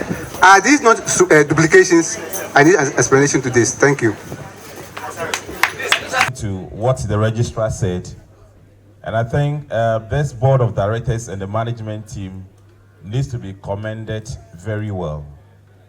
If you check the total financial income on page 28, you realize that they were able to generate 14.4 million Ghana cedis. And out of this, 5 million Ghana cedis went back to the members as interest on loans, interest on savings. And at the same time, if you check the operating cost is what is used to run the credit union, which is 3.5 million Ghana cedis, a percentage of 4.3% of your average assets, as against the standard, which should have been spent 7%. However, they were able to spend 4.3%. When we take your account, what we critically look at is your net operating margin. That every credit union is supposed, you not getting a net operating margin, that is a net surplus at all, you should get 6%. But the board of directors were able to get 7.6%. And I think it is something that we can commend them. And however, the proposed rate for dividend for 40% can be looked at. But if the members are taking 40% as against additional 5 million which has been paid, then we are not looking at the sustainability of the credit union. So please let us look at how best we sustain the credit union at a point that even the next generation can even come and appreciate that this Hydro Credit Union, it is helping us. I am sure some of the expenditure may be high, but the board needs to be commended for the good role they have played. Thank you so much. Thank you very much. I think there was an issue about why the manager is presenting the financial statement. You know, when it comes to the reports of the board, the chairman presented that the board can mandate the manager to do that on their behalf. It is not out of place. I mean, general practice. Thank you. If you are supposed to pay an interest of 50 Ghana cedi a month, and January, December, you do not pay the 50 cedi, and then February, March, when you are paying, you will have to pay the December and January and the February interest. It's not a penalty. It's the interest that you're supposed to have paid for December and January. That's why you are paying in March. Number two, you also made a statement that if you want a loan of 10,000, for example, you have a savings of 3,000, and you are paying interest on the 10,000, and yet there's no interest on that savings. If in the report, when I was reading the report, and the DGM also stressed on that, if you go back to page 32, cost of fund, that's the interest on savings to our members, is 5.2 million Ghana cedi. So we can say that we are not paying interest on savings. For the ended financial year ended, we have paid 5.2 million Ghana cedi. The issue about default, as the registrar spoke about, that Mr. Yakiti said that people have guarantors. That is true. There is a policy standard that once you are granting loan, there is an operational standard that you have to do in order to set some part of your profit aside against loan, that in case this loan cannot be corrected, you can collect it. You will use that money to do that. It's a provision. It does not mean that that provision that is being set aside is being used to defray people's loan. No. The point is that if you take the loan between 1 to 3 months, so if a member did not pay their loan at the end of January 31st, and then you are preparing your account at the end of that January, it means that that loan is in default for 1 month. And the standard says that any loan that have not been paid within that period, 1 to 3 months, you have to set 10% of that total aside for that. I can see Ms. Dr. Oben nodding his head because it's a standard practice across the globe. That is it. So you cannot say you can't do that. It's just a provision that you are setting aside. So the issue is different from guarantor. Within that period, guarantors are called, they are written to, they are given notification that, oh, you have guarantee loan for Kojo Mensah and he has not paid for 1 month. Then he will follow up. And then within the 4th month or 2, they come to start payment. So it is not out of praise. It is not only Handle that is operating that. It's a standard practice across the industry. The issue about you go to microfinance and banks and take a loan, we want to say that credit union is not a bank. We are cooperative credit union. And our principle is that people helping people. All of us have come together to say that we are contributing into the pool, out of which anyone that requires some, we can give part of that. You take your time to pay, and another person also gets. The very day we say that members should not contribute savings, that's the day that we have to change our name from cooperative to savings and loan or microfinance. So that is the business model we are operating. You can't do otherwise. We hear this issue very often, that I can go to the bank, I don't have savings there. The bank cannot do no microfinance to call you and report on the activities like this. To the extent that members are even demanding that give us 40% of the percent of your profit. Who dare you go to microfinance and say that? It is individuals who have had the money and they are doing their own business. Credit union is completely different. So it means that once we say that we are not contributing, we have to change our name. I also want to correct one impression that if I take a loan and I'm not servicing, I finish paying the loan, they say they will not give me the loan. That cannot be true. What it means is that we have to look at your conditions when we are appraising your loan. Because once you are not saving, it means that you are having some financial challenges. So that we, doing the appraisal, we realize that if we give you more, or again, your chances of default is going to be very high. And I can tell you that there's research have shown that those who doesn't do constant regular savings, they default in their loan repayment. So the savings for the credit union is our blood. The moment we stop it, we will die. Thank you very much. When I die, I mean the second issue about embezzlement of fund, I can go ahead and respond to that question. Yes, it is true that one of our okay, thank you. Thank you very much. One thing I want to add to the issue about savings, even when we are taking loan, is that you see the institution, the credit union, we want you to grow financially. The moment your savings stops, it means that you are not growing, and anything that doesn't grow virtually dies. So you have to be growing, so that next time you need money to borrow, you can borrow bigger sums. Are you with me? So this is important. Okay, but let's come to the issue about embezzlement or loss of funds. That is true. That is true. Just about the end of the financial year, we detected during reconciliation that some amount of money was missing. And as appropriately required, the necessary checks were done. And when it was established that it wasn't because the bank credited our account with the money, but it is unaccounted for,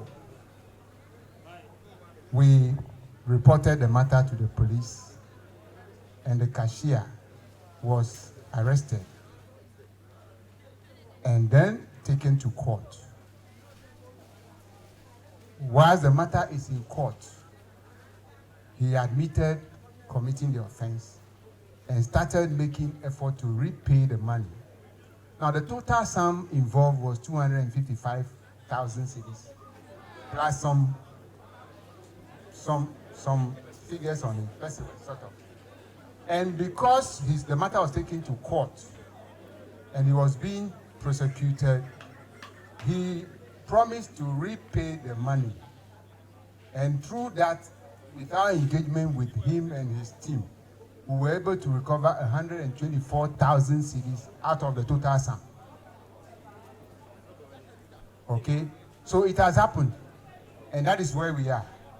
What I can say is that the matter started at the Odumase court, and by the time Odumase Circuit Court, and within the time of his arrest, and the time the matter was moved from Odumase Circuit Court to Kukufredua Circuit Court, we had recovered from him the 124,000. Now, in January, the matter was moved from the Odumase Circuit Court to Kukufredua Circuit Court. And we have been in court twice. But since that time, we haven't had any repayment of the money again. So we are making effort to get Henry Gakwe, the cashier, to repay the sum that he has embezzled. So that is the fact of the matter about the loss of cash from the Hydrocorporated Credit Union office. At the moment, he is on remand. He's on prison remand at the Kufredua Circuit Court.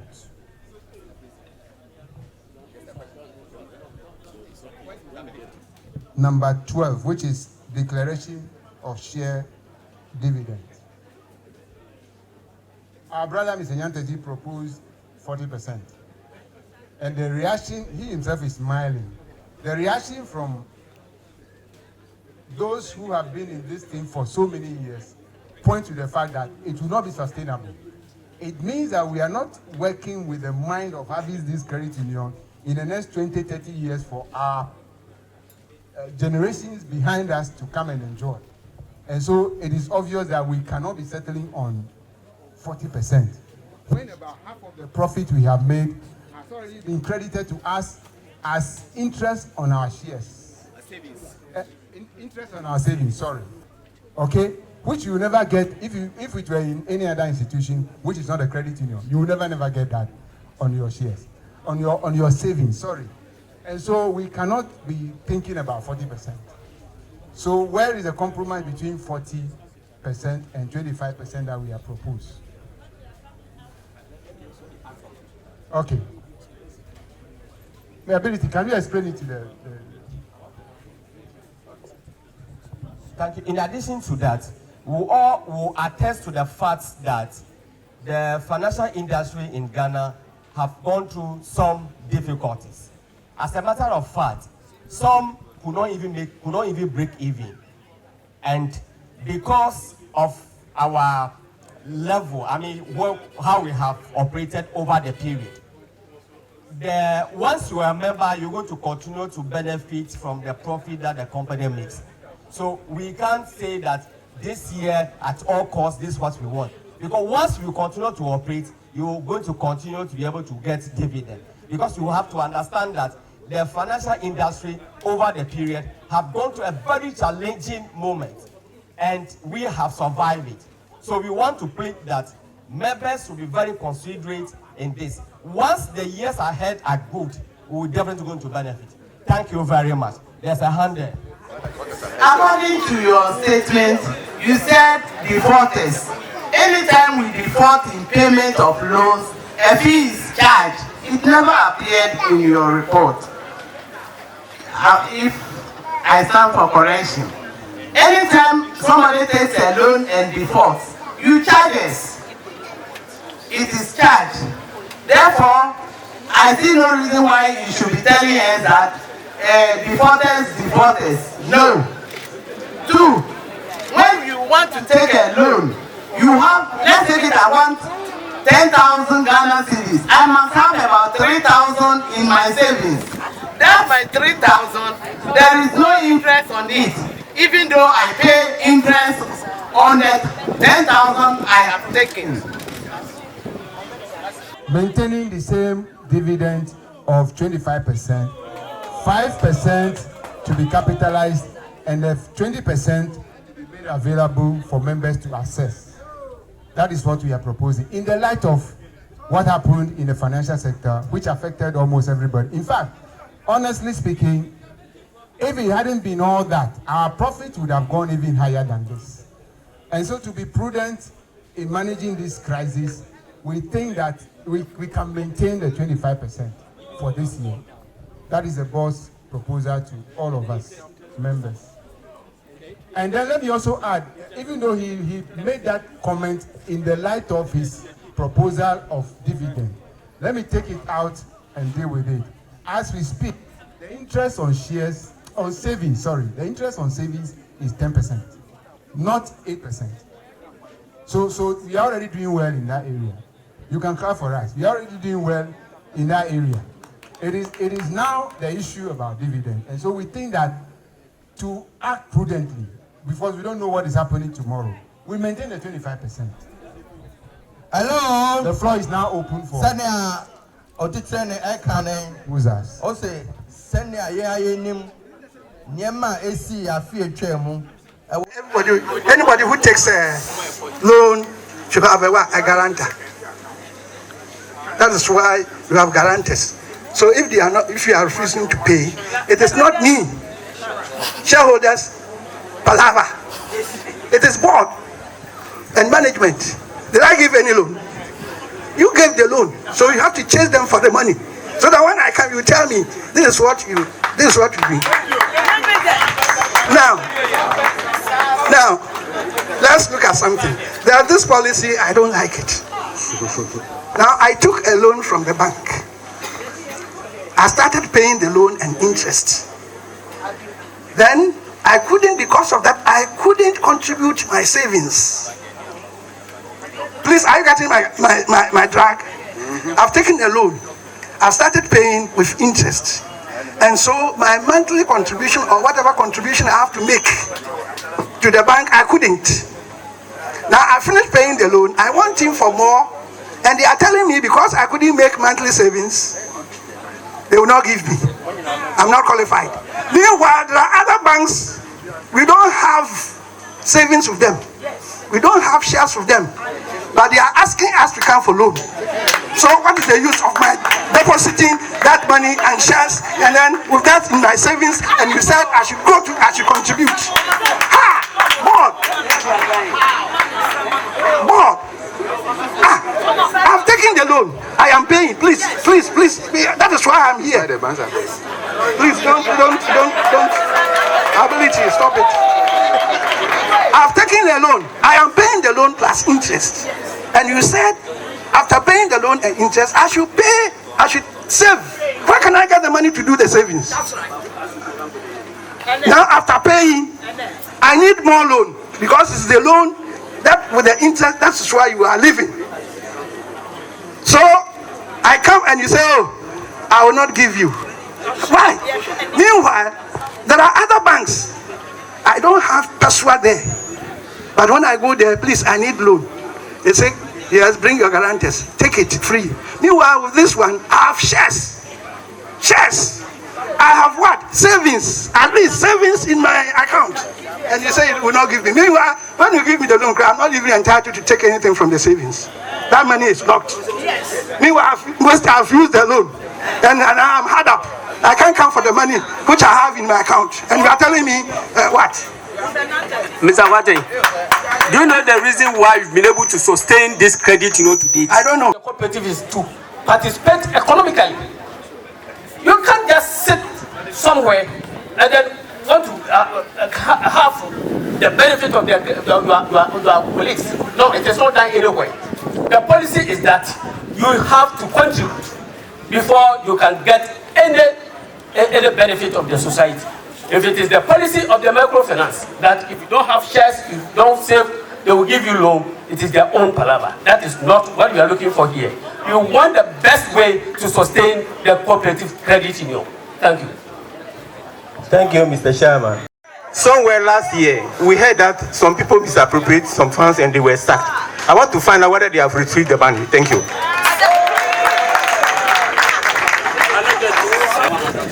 on a more serious note, when we look at the accounts, we have some reserves that are in the accounts over a long period of time. I think last time I drew management's attention to look at how those reserves can be looked at. That reserves haven't been touched as at now. And based on that, since the old reserves is still sitting in the books and have not been shared among members, and last year I remember I made a comment that based on the new directives that are coming up due to capitalization and others, we should look at what was being proposed, and I think members readily accepted. Today I have on mind of going along the side of Mr. Nyantechi, the 40% he proposed, only for this year, that members can also enjoy a little. So based on the fact that the old reserves are still sitting in the accounts, if I can quickly refer to it. How much? Oh, they said 27 million. It's sitting in the accounts. So this 5 that management have helped us make this particular year, we all understand that the year has been a very unstable period on the financial front. For this year, the 5 that we have managed to make, let members enjoy the 40, so that going forward, we look at the reserves that are already sitting in the books. So I support Mr. Nyantechi for the 40% dividend proposal. Doctor. Law do not even permit more than 5. But we have just relaxed for you to do that kind of thing to attract more shares. They have not even announced. Have you announced the dividend proposed dividend? No, we are proposing, please. No, you cannot propose. The committee has to propose, and you even want to go ahead and then propose. I don't know whether you are proposed for the committee to approve or that is not done. Let us adopt the best practice. It is not done in that way. It's supposed to be proposed by the executive committee. So just allow them to do it. If you want to follow the law, you wouldn't even pay more than 5%. But you don't want to go there. You don't want to go there. So allow the committee. They have sat down to know what is best for the union. If you want to collect, you see, last year, just look at the financial landscape of the nation. Most financial society, I think, even I don't want to mention names, they couldn't even pay more than 4%. Some pay less than 2%. So please allow the committee to do the proper thing, because they were elected, you elected them to take care of the society for you.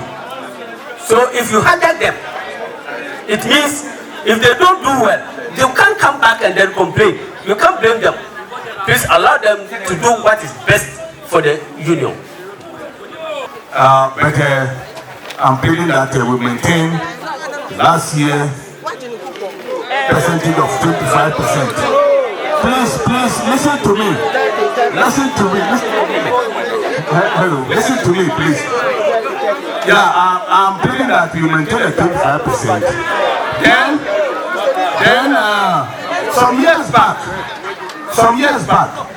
when we were building the credit union office, our savings on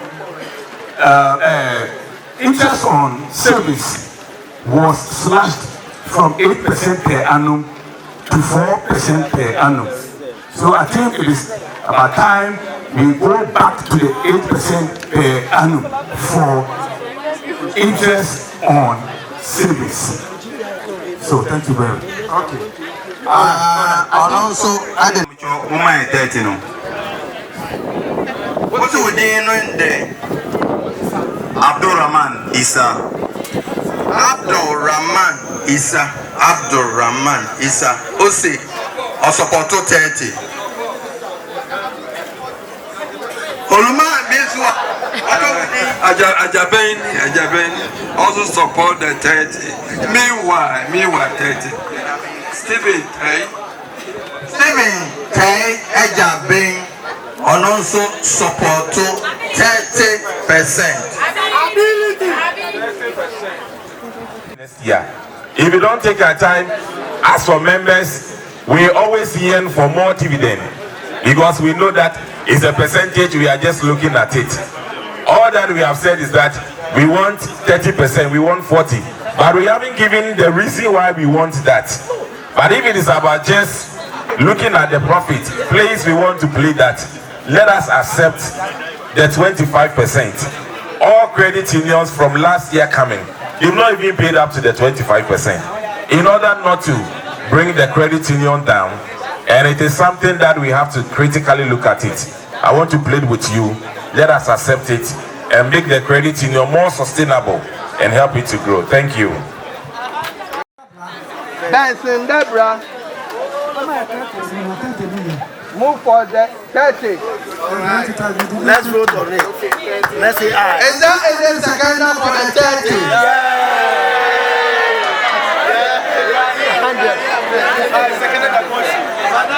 Okay. Second. Pacha, one second.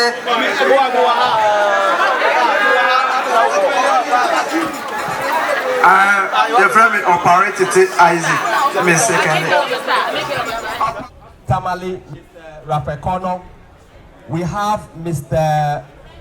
Kojo Mensah from Bolga. We have Mr. Gideon Opoku from Adan. We have Mr. William Parko from Sunyani. We have Mr. Edward Enim from Kumasi. We also have Mr. Solomon Owusunyaku, the DJM in charge of operations. We also happen, for the first time, have the acting registrar, Mr. Charles Yao Ofin is here. We also have Mr. Frank Sampo, the regional director of cooperatives. We also have Mr. Papa Kwachi, the regional manager of KUA. We have Mr. Romeo Kuma, the coordinator, audit, head office, KUA. We have the district director of cooperatives, Mr. Samuel Kumi.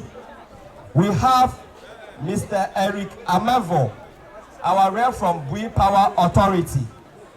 We have Mr. Samuel Anyiba. He is our auditor from KUA. Thank you very much.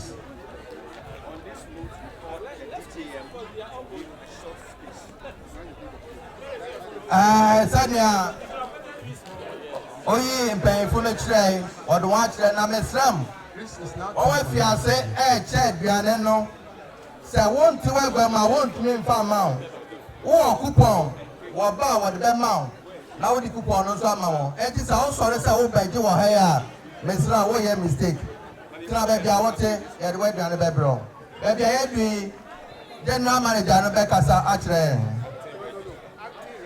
Acting Registrar, Credit Union of Ghana. Thank you so much, Mr. MC. Mr. Chairman.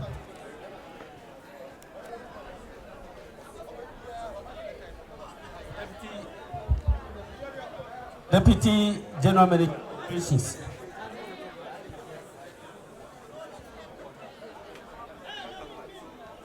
All invited guests. The media, all protocol observed. I'm happy to be part of this meeting. It happens to be my first meeting with you. And I must commend the way you have deliberated of issues at this AGM. My only concern is the way the election was conducted. Looking at the size of the credit union, I think it would be prudent to set aside a day for the election I don't think the last person has even voted. And I don't know how the votes are going to be counted for us to inaugurate the committee here. I just want to urge the committee, adopt the best practice. Election is not an event, it's a process.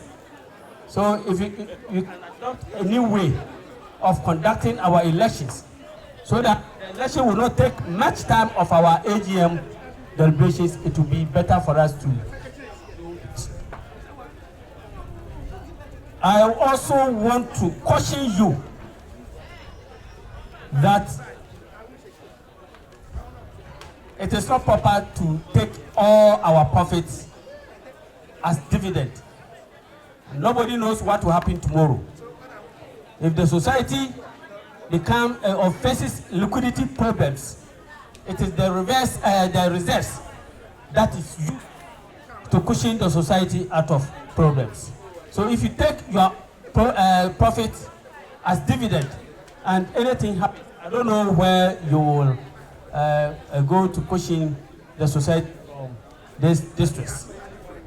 On the whole, I want to commend the board for fulfilling the statutory obligation of holding the AGM. Even though it is late, it is better late than never.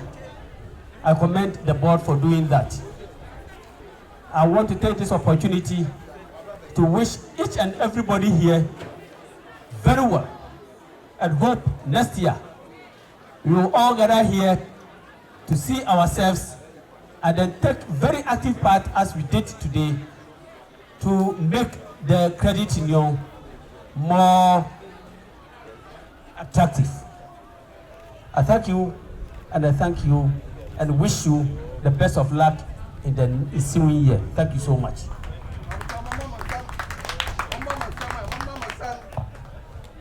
Thank you, Mr. Registrar, for that wonderful advice to us.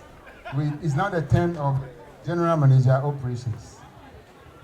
The registrar said, "No kind of yajatum, and paying, and so Kasa actually General Manager, Deputy Co-operative Credit Union." I know this is actually not the best time for this speech. Looking at the time, members are so much happy and also taking their lunch. However, I will follow the suit of the acting registrar. Mr. Chairman, acting registrar of cooperative, the all board of directors, loans committee, supervisory committee, who are staff present, then the regional DOC staff, distinguished ladies and gentlemen, and all protocol observed. I deem it a privilege to be part of this annual general meeting of Hydrocorporated Credit Union. And I also want to state that the general manager would have wished to have been here. He has an equally important assignment to do elsewhere. Hence his inability to be with you this afternoon. Some important things I want us to take note about Hydrocorporative. We appreciate the good social responsibility Hydro is doing and supporting especially the education aspect of the community you are operating in. And we also want to appreciate the fact that Hydro Credit Union is one of the leading credit union and precisely the second highest credit union in Ghana. And I think we can put our hands together for that.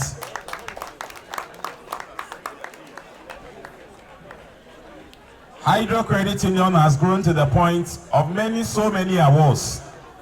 And I think we also appreciate what Hydro is doing as well in making itself relevant in the country called Ghana.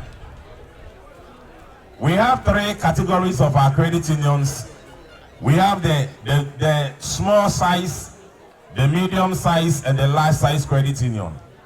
And Hydro, as we know, currently is having an asset base of 90 million Ghana cedis, which comes just after University of Ghana Co-operative Credit Union, and so remains a very dominant credit union in Ghana, to be precise. Mr. Chairman, there are some important things the credit union has to consider, and we want to make these proposals. Number one is that upon looking at the brochure, you don't see what kind of AGM is Hydro celebrating. It's just annual reports, and something must be looked at. It shouldn't just be an annual report, but rather what kind of AGM. Maybe this is the 13th annual general meeting, 30th annual general meeting. At any point in time, we can make reference to. At the same time, we also notice that there is no team for the annual general meeting. The annual general meeting must have a team which must address what the concerns of the team. Mr. Chairman, Board of Directors, we also want to make you aware that annual general meeting brochure must be shared. If for nothing at all, almost all members present must get copies, so that they can also make reference to it. Another thing is that the registrar has already mentioned, I want to add my voice to it, that this shouldn't happen again. That during annual general meeting, at the same time we are voting. Those who are voting, are they members and are they part of the deliberation of the annual general or the credit union? And I think we shouldn't repeat this thing again. Voting can be done at a different time, whilst the annual general meeting is for all members. And I think it's something that we have to take a critical look at. Again, the credit union must also embrace that during annual general meeting, since it will be an opportunity to share a number of things with the members, education must be part of the annual general meeting. Not just report reading, but rather educational topic can be treated during annual general meeting, whereby members who are here, somebody might be here, this might be his or her first time, the person can also benefit from that, not only the business of the day. Mr. Chairman, Ghana Co-operative Credit Union, for which Hydro is a member, we also want to let members be aware that this year will be our 21st Biennial Education and Delegate Conference, which will come on the last week of May at Kaswa. We want to entreat members who are so passionate about the growth of the credit union here to also be part of the Biennial Conference.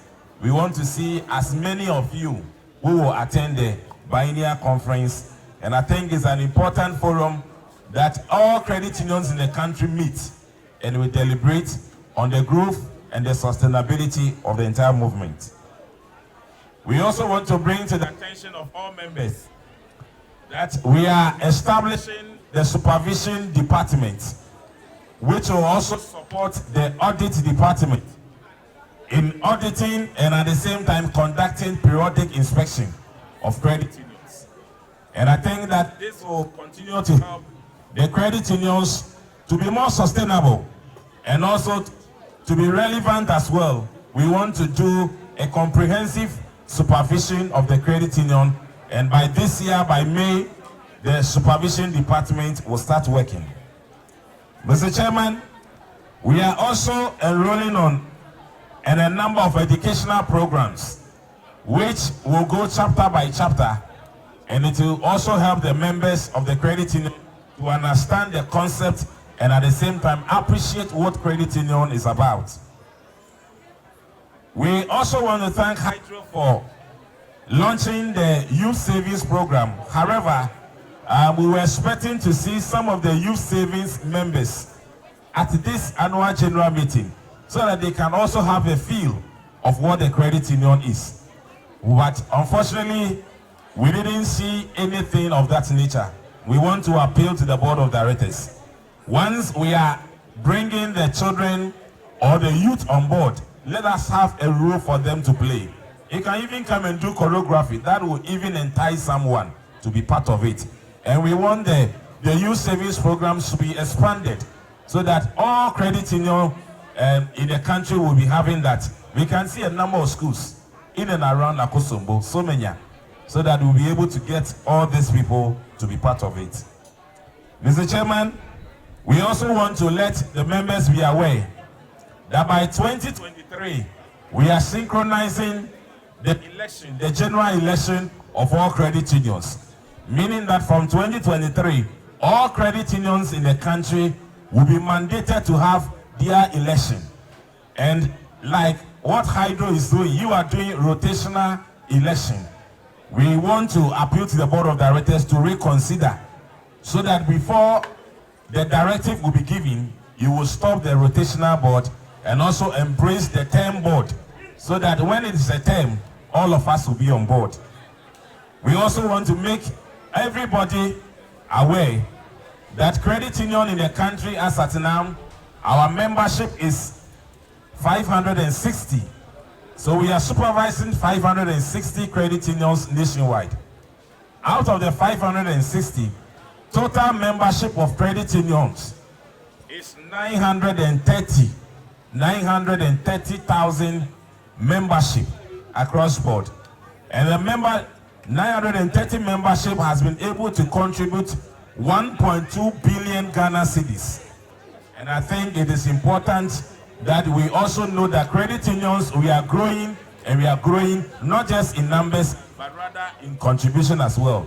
And we want to let you know that if 930 members can contribute 1.2 billion, then if our membership should increase the more, then we can grow more than we are seeing now. We want to appreciate the good work the board is doing. And like I mentioned earlier on during the discussion of the financial reports, that the board of directors and the management team, as well as the committees, you have done extremely well. And you need really to be commended for that. I think the members, you can really clap for the board of directors and the committees for what they have done. We are commending you because not all credit unions were able to make profits or net surplus, and getting as high as 7.6 of your average asset, it's something that you need to be commended about. And we are commending you again because the credit union was able to maintain the grade A of its status. And I think it is very important. Some credit unions are dropping into C, some are dropping into D, some are even having grade G. And I think Hydro, consistently, you've been able to achieve this, and I think it is something that we need to commend you about. And something that we want to challenge Hydro. Some years back, University of Ghana Credit Union and Hydro, the difference of assets wasn't so much. But now if you look at the University of Ghana Credit Union, their asset base, which is over 130 million, and Hydro having 90 million, the gap is widening. And we want the board to sit up. If University of Ghana is doing there are some strategies the board should kindly adopt strategies to let the credit union grow. The asset is very important, and we want to see the asset growing. And you even have more advantage than University of Ghana Credit Union. Please, let's do well and grow the credit union from the 90 million we have, and let at least an appreciable asset base whereby the credit unions will see the better days. Members even proposing 30, and we were talking about it. So let's grow it more and help the credit union to grow. Mr. Chairman, distinguished ladies and gentlemen, and we want to thank you so much. We are so much happy about the deliberations, the kind of zeal and the passion members have put in. We also want to commend the authorities of Volta River Authority, Gridco and Netco, for their support and their immense contribution that they are making towards the growth of this credit union and the AKOSOMBO community at large. We want to see Hydro at Koforidia. That is our regional capital. And you can see there is no competitive credit union there. Please let us strive harder and get a credit union. We wish you a resounding deliberation still in the ongoing annual general meeting, and we want to thank everybody. Credit union, thank you so much. For the kind words of advice and the commendation that you have given us on our operations in the year under review. The next thing we have on our agenda today is the adoption of the bylaws. But before we do that, they have drawn our attention to some provisions that we are proposing which are not in line with credit unions law and practice. And so they have advised us to drop those ones. And I'm going to identify them so that we can work with the understanding that what we are adopting excludes those provisions. The first one is on Article 43. We have a proposal for it. That is no longer going to apply. That means that Article 43 stands as it were in the existing bylaw. Now, the next one is a minor change to what we have proposed. When you go down where under Article 50, the proposal that we are making, members of the Board of Directors shall be elected by members of the group present at the general meeting of the Hydrocorporated Credit Union at a location or locations designated by the Board of Directors. Now, the group shall be Hydro Credit Union members of VNRA Senior Staff Association, VNRA Divisional Unions, GridCo members, NetCo members, other institutions and community group.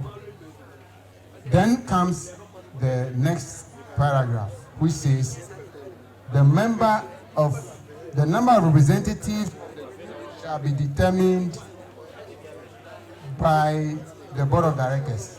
That element is being taken off, so that instead of having it to be determined by the Board of Directors, it will now read that, please take note of the number of representatives of the group shall be determined according to the level of contributions and membership based on policy guidelines, based on policy guidelines. We are inserting that, and that means that the Board of Directors will have developed a policy document which will be brought to you and adopted, and that would support the amendment, because what they are making us aware of is that these are rules that we are supposed to go by for the next 10 or more years.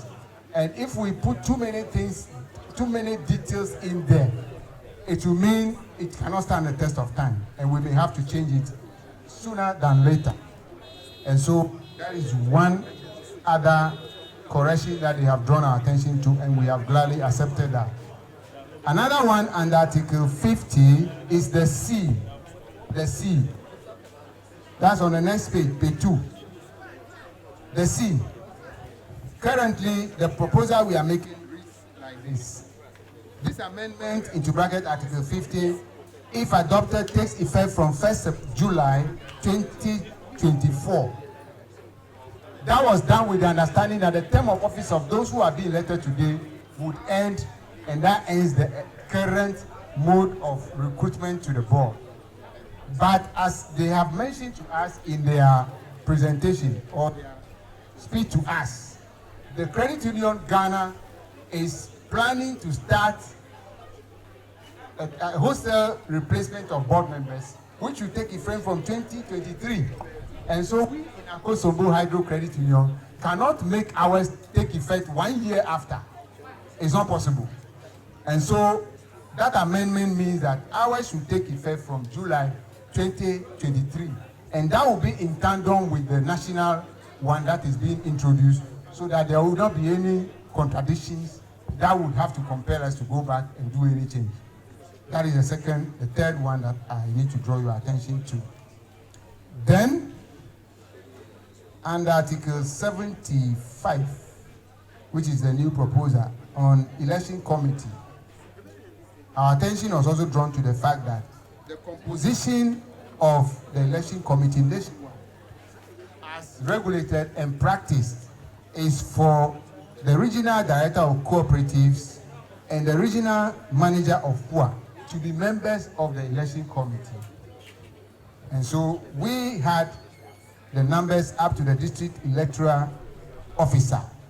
The district electoral officer, by the rules and the practice, is not supposed to be a member of the election committee, even though he may provide support in one way or the other.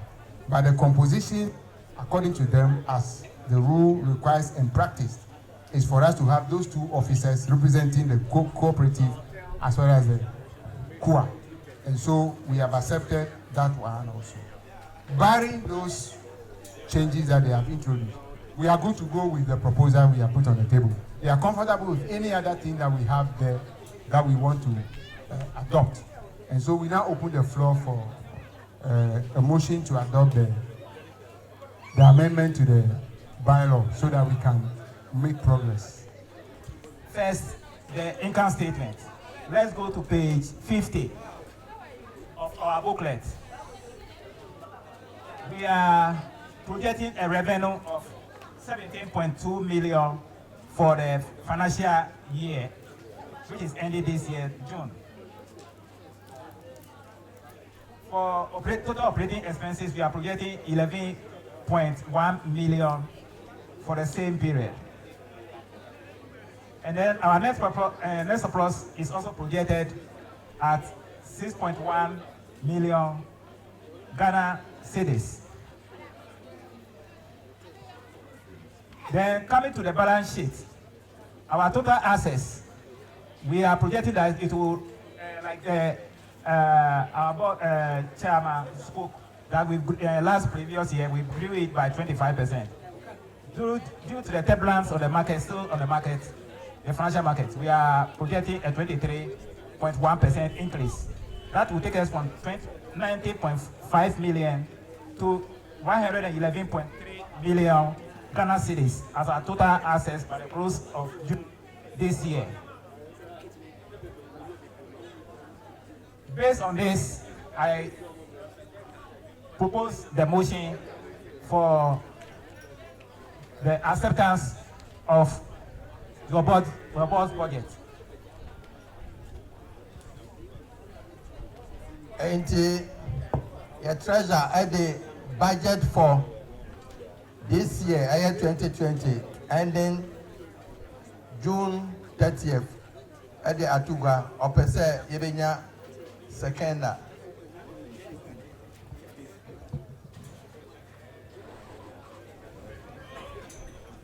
Dr. Aman Sasso.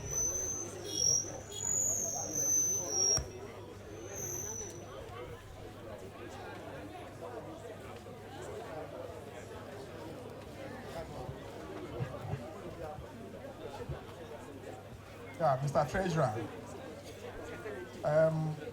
before I second, let me just make a few comments, and that is in respect of the expenditure. Even though you didn't indicate the basis for your budget, it's only at the surplus area that you see some 25%, 2%, and others. I thought all the items involved there, we should have given the basis for projecting almost all of them. When we look at the cost of funds, it's increasing from 5.2 to 6.1. When we look at personnel cost, which members said a lot about, we are increasing it from 1.2 to 2 million. So you know that members probably will not be happy to see that you are budgeting 2 million, that is from 1.2 to 2 million. I agree that we need to take good care of the staff so that they can work better. But a projection of 1.2 million to 2 million should more staff. That is why I said the basis should have been given. If you had stated that staff levels are increasing from, let's say, from this level to this level, then that would have informed members why the staff cost is increasing from 1.2 to 2 million. So they should look at it. But I caution that they try and work within the cost elements in particular. Thank you. Because the other time, people were complaining that most of the budgets were exceeded. But the cost, they should try and work within. Yeah, I drew your attention to the fact that revenue also was exceeded. Yeah, as for revenue, we expect it to be exceeded. Every budgets for an increasing revenue, but cost must be controlled. Otherwise, if the two all move at the same level, increasing, eventually we will not achieve anything. As for cost, we want it to go down, but the revenue, we want it to go up.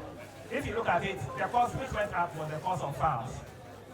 For, like I indicated, for staff costs, yes, it came down. You approved a budget of 1.3 for us. Yes. I can remember, and we made 1.2. The difference is not much. And this one is going to 2 million. The issues we are raising is because it's based on advice you gave us the year before. You can see that there was some money missing and so on and so forth. Now we want to implement segregation of duty among others. So we are increasing our the numbers. So you see, you did not state all this. Then at the same time, we have to we also look at the salaries of our staff. No problem. And then we realize that the salaries going into the industry, especially with Legon, we realized the salaries were too low. So we have signed a new collective bargaining agreement with them, which will be all this should have come here, so that and we don't all of this is what has gone into the figure that we have over there. So next time, just state your parameters. Thank you. Thank you. What is making up the figures? Thank you. I agree to all the revenue projections and all that. And so with the little explanation and then with what we have seen here, I second the budget motion. Then I believe that our budget for the year 2019-20 approved by the highest body, the highest organ of the credit union. Thank you. And in treasure asset. Thank you. The budget is not the Atugwa. Second. Great presentation. We have got a second one, also. Yes. Okay, so we move on to the next, which is general questions. General questions, please. Any other matter? And proceedings. Don't forget, we have to declare election results before we go. So, please, don't go. Pamocho, 2:30, you be here election. The fair ya kind abano. We have one way in Kunim. The one Ejuma Amawon and Sana Yefia. There is no time that you said you retire, so you are withdrawing from the credit union. If it was the case that when you retire, you have to close your account because you no longer belong to the Commonwealth, then probably what you are saying would be more appropriate. But right now, you are not under any compulsion to close your account or to withdraw your membership. So you continue to enjoy all the benefits of the credit union. So probably going forward, we can look at that. Mr. Batawa issue about the interest on, thank you, interest on loan, the application. In fact, there's a committee that is currently working on that. We want to see what will be the best for our members, so definitely we'll come out with that. The issue about land and building, what you are referring to is the cost, the total cost of the building you see. So that is about that. The issue about interest on savings, interest on loan, that is also being considered. Now we'll come to the issue about lodgement of cash that have not been credited by the bank. That's what is the supervisory committee doing. I want to take the time to explain some few things. We heard some people giving their own interpretation what has happened. I don't want to disrespect anyone. But the fact is that if the cashier that has been engaged to receive money and go take the money to the bank, and the cashier takes the money and go to the bank and come back with the paying slip to tell you that I have deposited the money, what is the doubt about that? That money has to be credited to your account. Once the money is not credited, you follow up to see why the money was not credited. And that led to the arrest of the gentleman. And the chairman has explained that extensively, that even as we speak now, the gentleman is at the prison custody. And the family are paying the money. They have paid about almost 50% of that. We are pursuing that to the last person. So members to rest assured that whatever the case may be, we will come back to report on the same case. But Madam made some statement. I want to say that that is very unfortunate. Because you see, there are people, the members of the staff of the credit union are also working. They get paid. They also have access to take loan. So if you see someone lifestyle, and then you conclude that they are misappropriating the money, that is not fair. We live in a country where there are laws that govern our operation. So you don't just see somebody look at their face, you are stealing money. No, that is not the point. So the point is that anyone who have an allegation against any member of my staff, I want you to make a petition to the board. Let that staff be investigated. If it is found culpable, then that person can be dealt with. But we can't just see people lifestyle and conclude that they are stealing money. I must say that as far as we are doing everything possible in our way to see how we can manage this credit union for the benefit of everyone. But if you have an individual issue with someone, it's different. Thank you. Because we are not dealing with a personal issue here. The issue about membership. As we speak today, our membership is in excess of 10,200. In the course of the year, we have admitted 1,445. And then we have people who retired, people who died, who passed on. And then we have people who, in Ghana, there are laws. We have freedom of association. So if someone said, I want to withdraw from the credit union, you have no right to say that, no, you will not go. But the question that we have to look at, even if you do the netting, if you have admitted 1,445 and you have 109, probably the question I will be expecting that out of the 109, how many of them went on retirement? How many of them that have died? How many of them that said that probably they are not happy of our services and they are closing their account? Issues of this nature, I wanted to put it into context because the staff are also human beings and they also have emotions. So I want to plead with our members that the staff are doing much as possible. In fact, I want to say with humility, as I stand here, I was a judge of the world best CEO of all credit unions in Ghana, over 500 credit unions. That is not all. Last year, about only 25 of us that were supposed to receive award globally in Bahamas. Oh yes. As I stand here, by the grace of God, I have been able to work with the Hydrocorporated for 19 good years. Those who were there those times at the community center, they knew what was happening at the time. But today, look at where we are today. Let's appreciate and encourage the young ones and do greater. I press on behalf of all the staff, we will continue to do our maximum best and move the Hydrocorporated Union, not only the second best, but the first in Ghana. Thank you all. Now, in this case, necessary. You know, a skill. Ewo loan now, why you say one casano would fear. through the insurance. Ni nyina chi so no na ya san say safa 5,000 depends car wo pesa wo je loan no. Safa beto ho biem. No imagine say sika na to offset pesa me je e be 150 a. E je say me send 50. E 5,000 e beto ansa no mama me say 15,000 no. E na pesa me busa say. Na e so fa so no sen say insurance no ye tua sa insurance no. Me pacho. Hey, manager, say we're taking note. The last question. Odonko Nicholas Nelson. My problem is about withdrawal.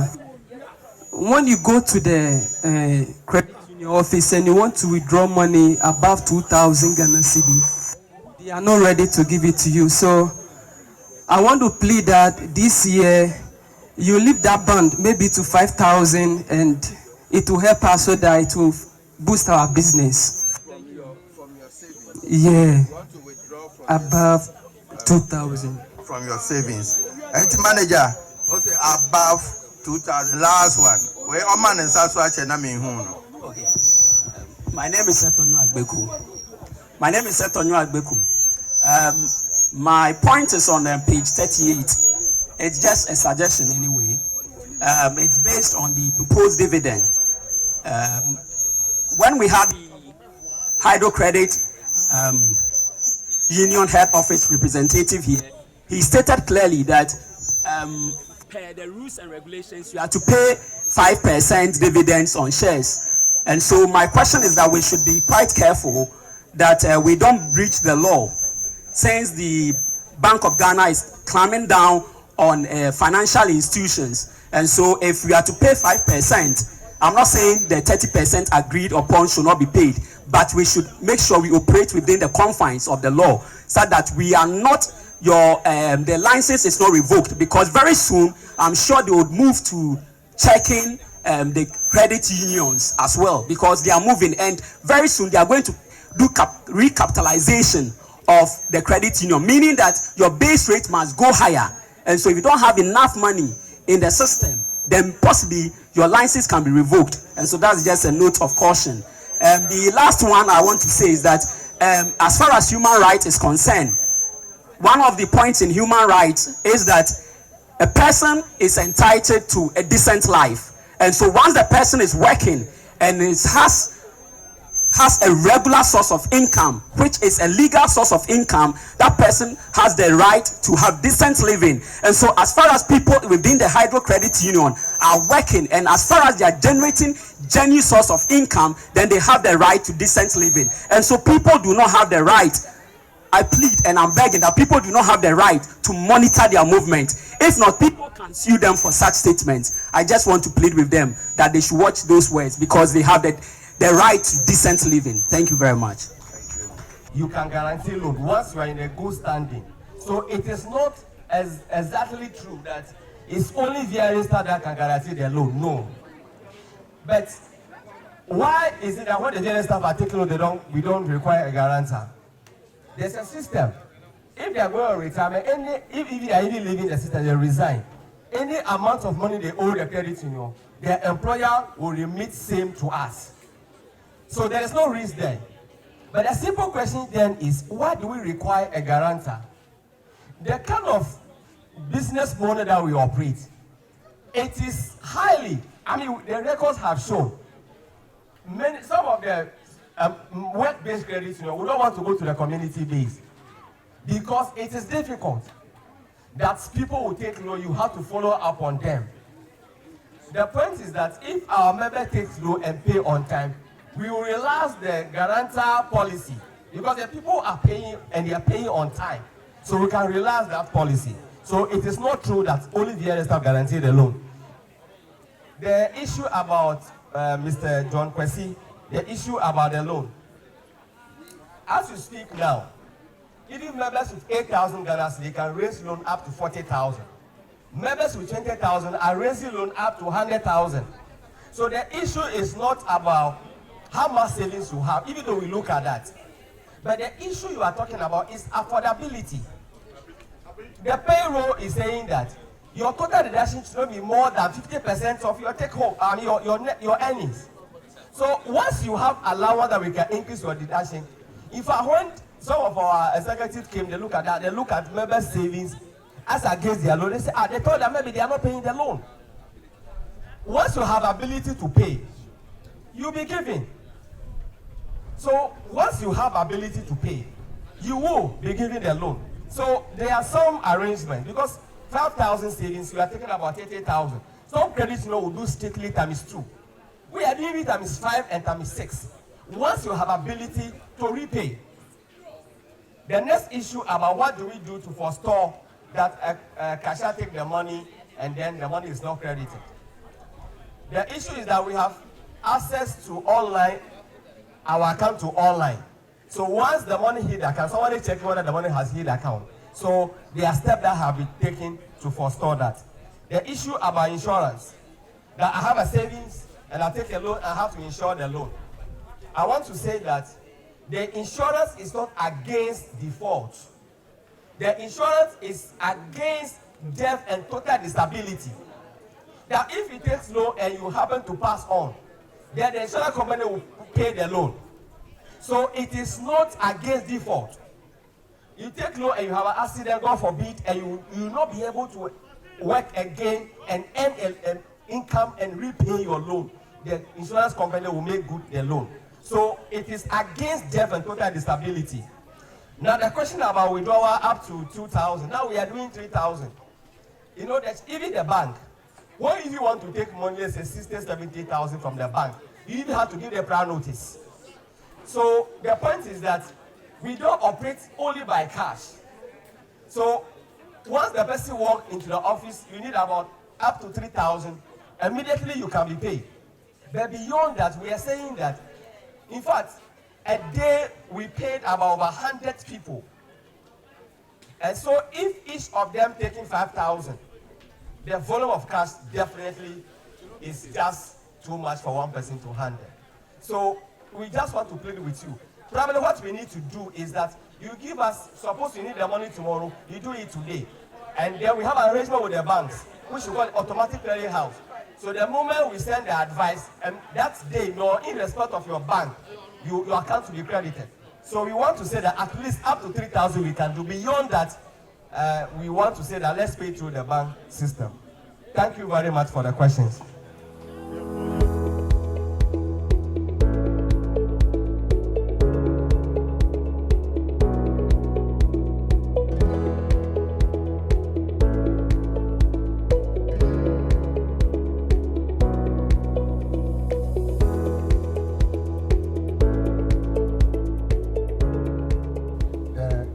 Commissioner, so that he can declare the results of the election. Thank you.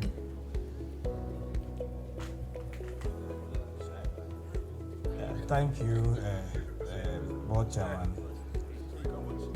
Yes, on behalf of the Electoral Commission, I want to thank the Hydrocorporative Credit Union for this invitation and for your cooperation. Once again, we have come to the end of another successful elections, and with me are the results I'm here to declare. And I hope the candidates are all around, especially those that are going to carry the day. I want to introduce them to the union. At the close of nomination for the position of members of the board of directors, there were 9 candidates that successfully filed, went through the vetting processes, and were given the green light to contest the position of the board. And out of the 9, we are expected to elect 3 because there were 3 vacancies that have been created as a result of the expiration of some board members' tenure of office. So this is the order in which we have the nominations after the balloting. We have Esther. Please, you will pardon me. Some of the names I will not be able to pronounce them so well. So is not deliberate. We have Esther Koko Kakre. Well, I don't know, I'm sorry. That's the first person on the ballot for the board. Number 2 on the ballot is James Adongo Asampua. Number 3 on the ballot is Isaac Doe. Number 4 on the ballot is Mauto Pendi. Number 5 on the ballot is Keteku Joseph Asari. Number 6 is Frederick Yabua Labi. Number 7 is Daniel A. Mate. Number 8 is Eugene Opoku Afrifa. And number 9 is Samuel Batanya. At the close of voting, sorting, and counting of the election result ballots, the following are the results obtained by the various candidates. The first candidate, Esther Koko, obtained 45 votes, which is 2.7% of the total votes cast. The second candidate, James Adongo Asampua, obtained 176 votes, constituting 11% of the total valid votes cast. Mr. Isaac Doe obtained 145 votes, making 9% of total valid votes cast. Mauto Pende obtained 50 votes, making 3.1% of total valid votes cast.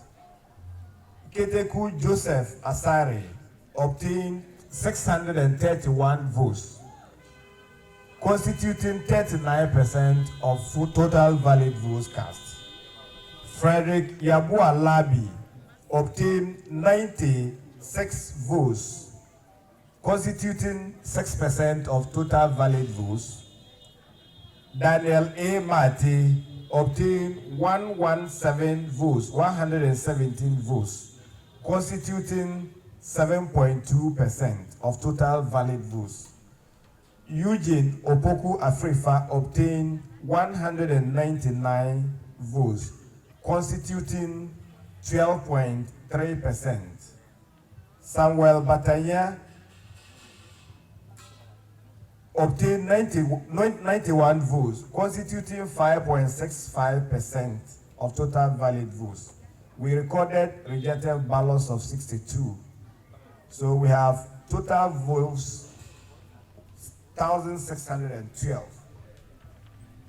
Given the results and the practice of the credit union, we take the first 3 with the highest marks to occupy the vacant board of director positions. So the following are therefore elected members of the board of directors for Hydrocorporated Credit Union. The first person with the highest votes is Mr. Keteku Joseph Asari. Please, can you step forward? The second with the highest votes among the board candidates is Mr. Eugene Opoku Afrifa. Please, can you step forward? And the third with the highest votes among the 9 is Mr. James Adongo Asampua. Please step forward. So on behalf of the commission, I present to you your 3 board of directors elect. Now I move straight to the loans committee. With the loans committee, at the close of nomination, vetting, and all the other activities associated with the elections, 5 people were qualified to contest, and they are as follows. We have Lovis Dominic Lawe. The second candidate was Samuel Boy. The third candidate is Edward Sam. The fourth candidate is Dominic Noah Tekpe. The fifth candidate is Adepa Senior Patrick. At the close of voting, sorting, and counting, the following are the results. Lovis Dominic Lawe obtained 207 votes, valid votes, constituting 13.1%.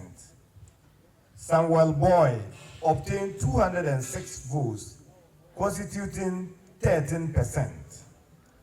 Edward Sam obtained 291 votes, constituting 18.4% of total valid votes.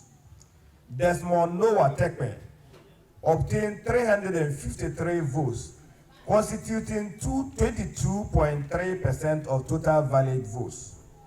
Adipa Senior Patrick obtained 500 votes, constituting 31.6%. The rejected ballots were 26, which is 1.6%. Given the practice of the union, there were 2 vacancies for the loans committee. So the first 2 with the highest marks were therefore selected as loans committee members elect. And the order in terms of the highest votes is as follows. Adipa Senior Patrick, step out, followed by Desmond Noah Tekpe. So these were the 2 candidates who also won the 2 positions to serve on the loans committee. So once again, I congratulate all of you. For all those who have won, I congratulate you. And for those who did not win, I wish you good luck next time. On behalf of the Electoral Commission, once again, I want to thank you for your cooperation, and we hope to continue to work together for the development of the credit union. Thank you, Mr. Chairman. Thank you very much. Thank you very much. Before we take their position, we have to swear them into office, and later they will go into caucus and select their positions.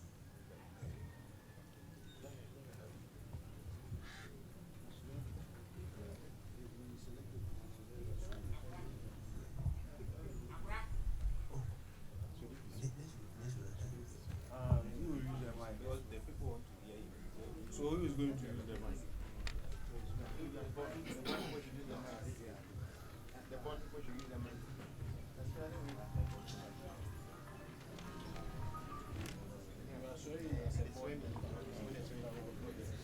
You go according to your position and you follow me as a having been elected a member of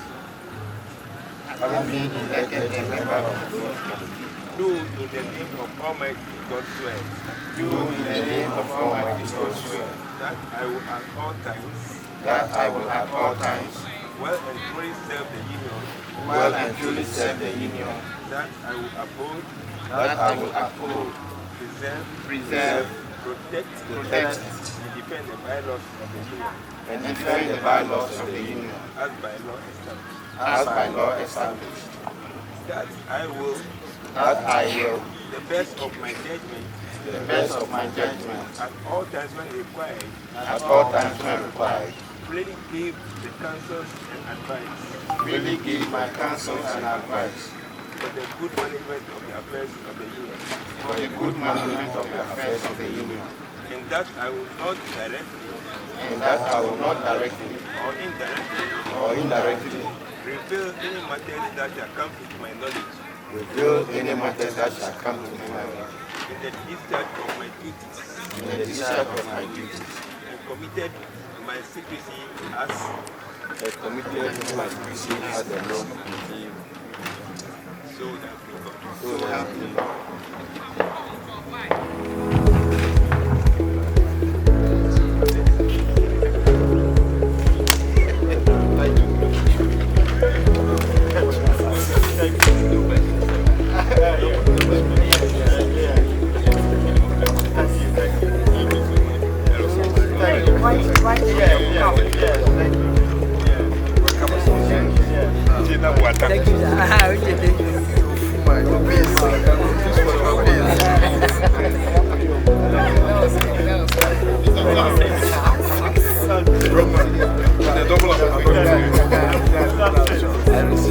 Yes.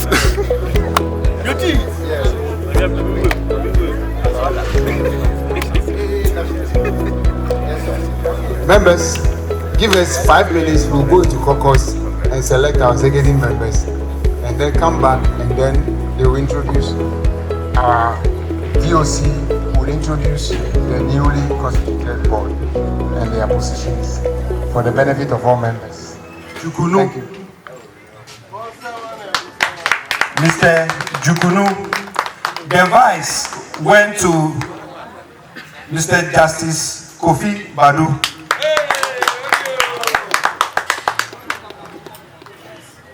That's the vice. The treasurer went to Rubin Ahrin. Assistant treasurer went to Joseph Asare Keteku.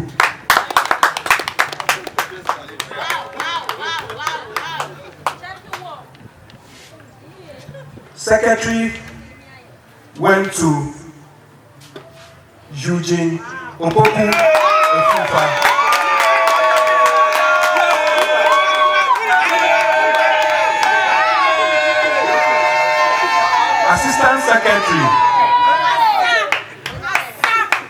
Assistant Secretary went to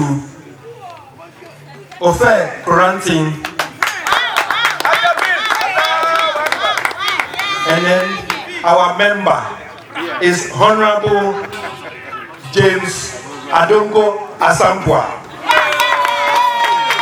So these are your board members with their positions. We come to the loans.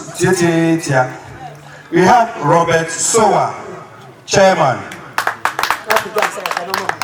Adebasenyo, Secretary. And Desmond Noah Tepe. Am I right? Member. So they are going to steer the affairs of the Cooperative Credit Union until 2023. Until what? 2023. God bless you all. Hey, sorry, our madam is here. Our madam is here, the ex-official, Madam Grace Love Ofori, the only member among Chow Ben.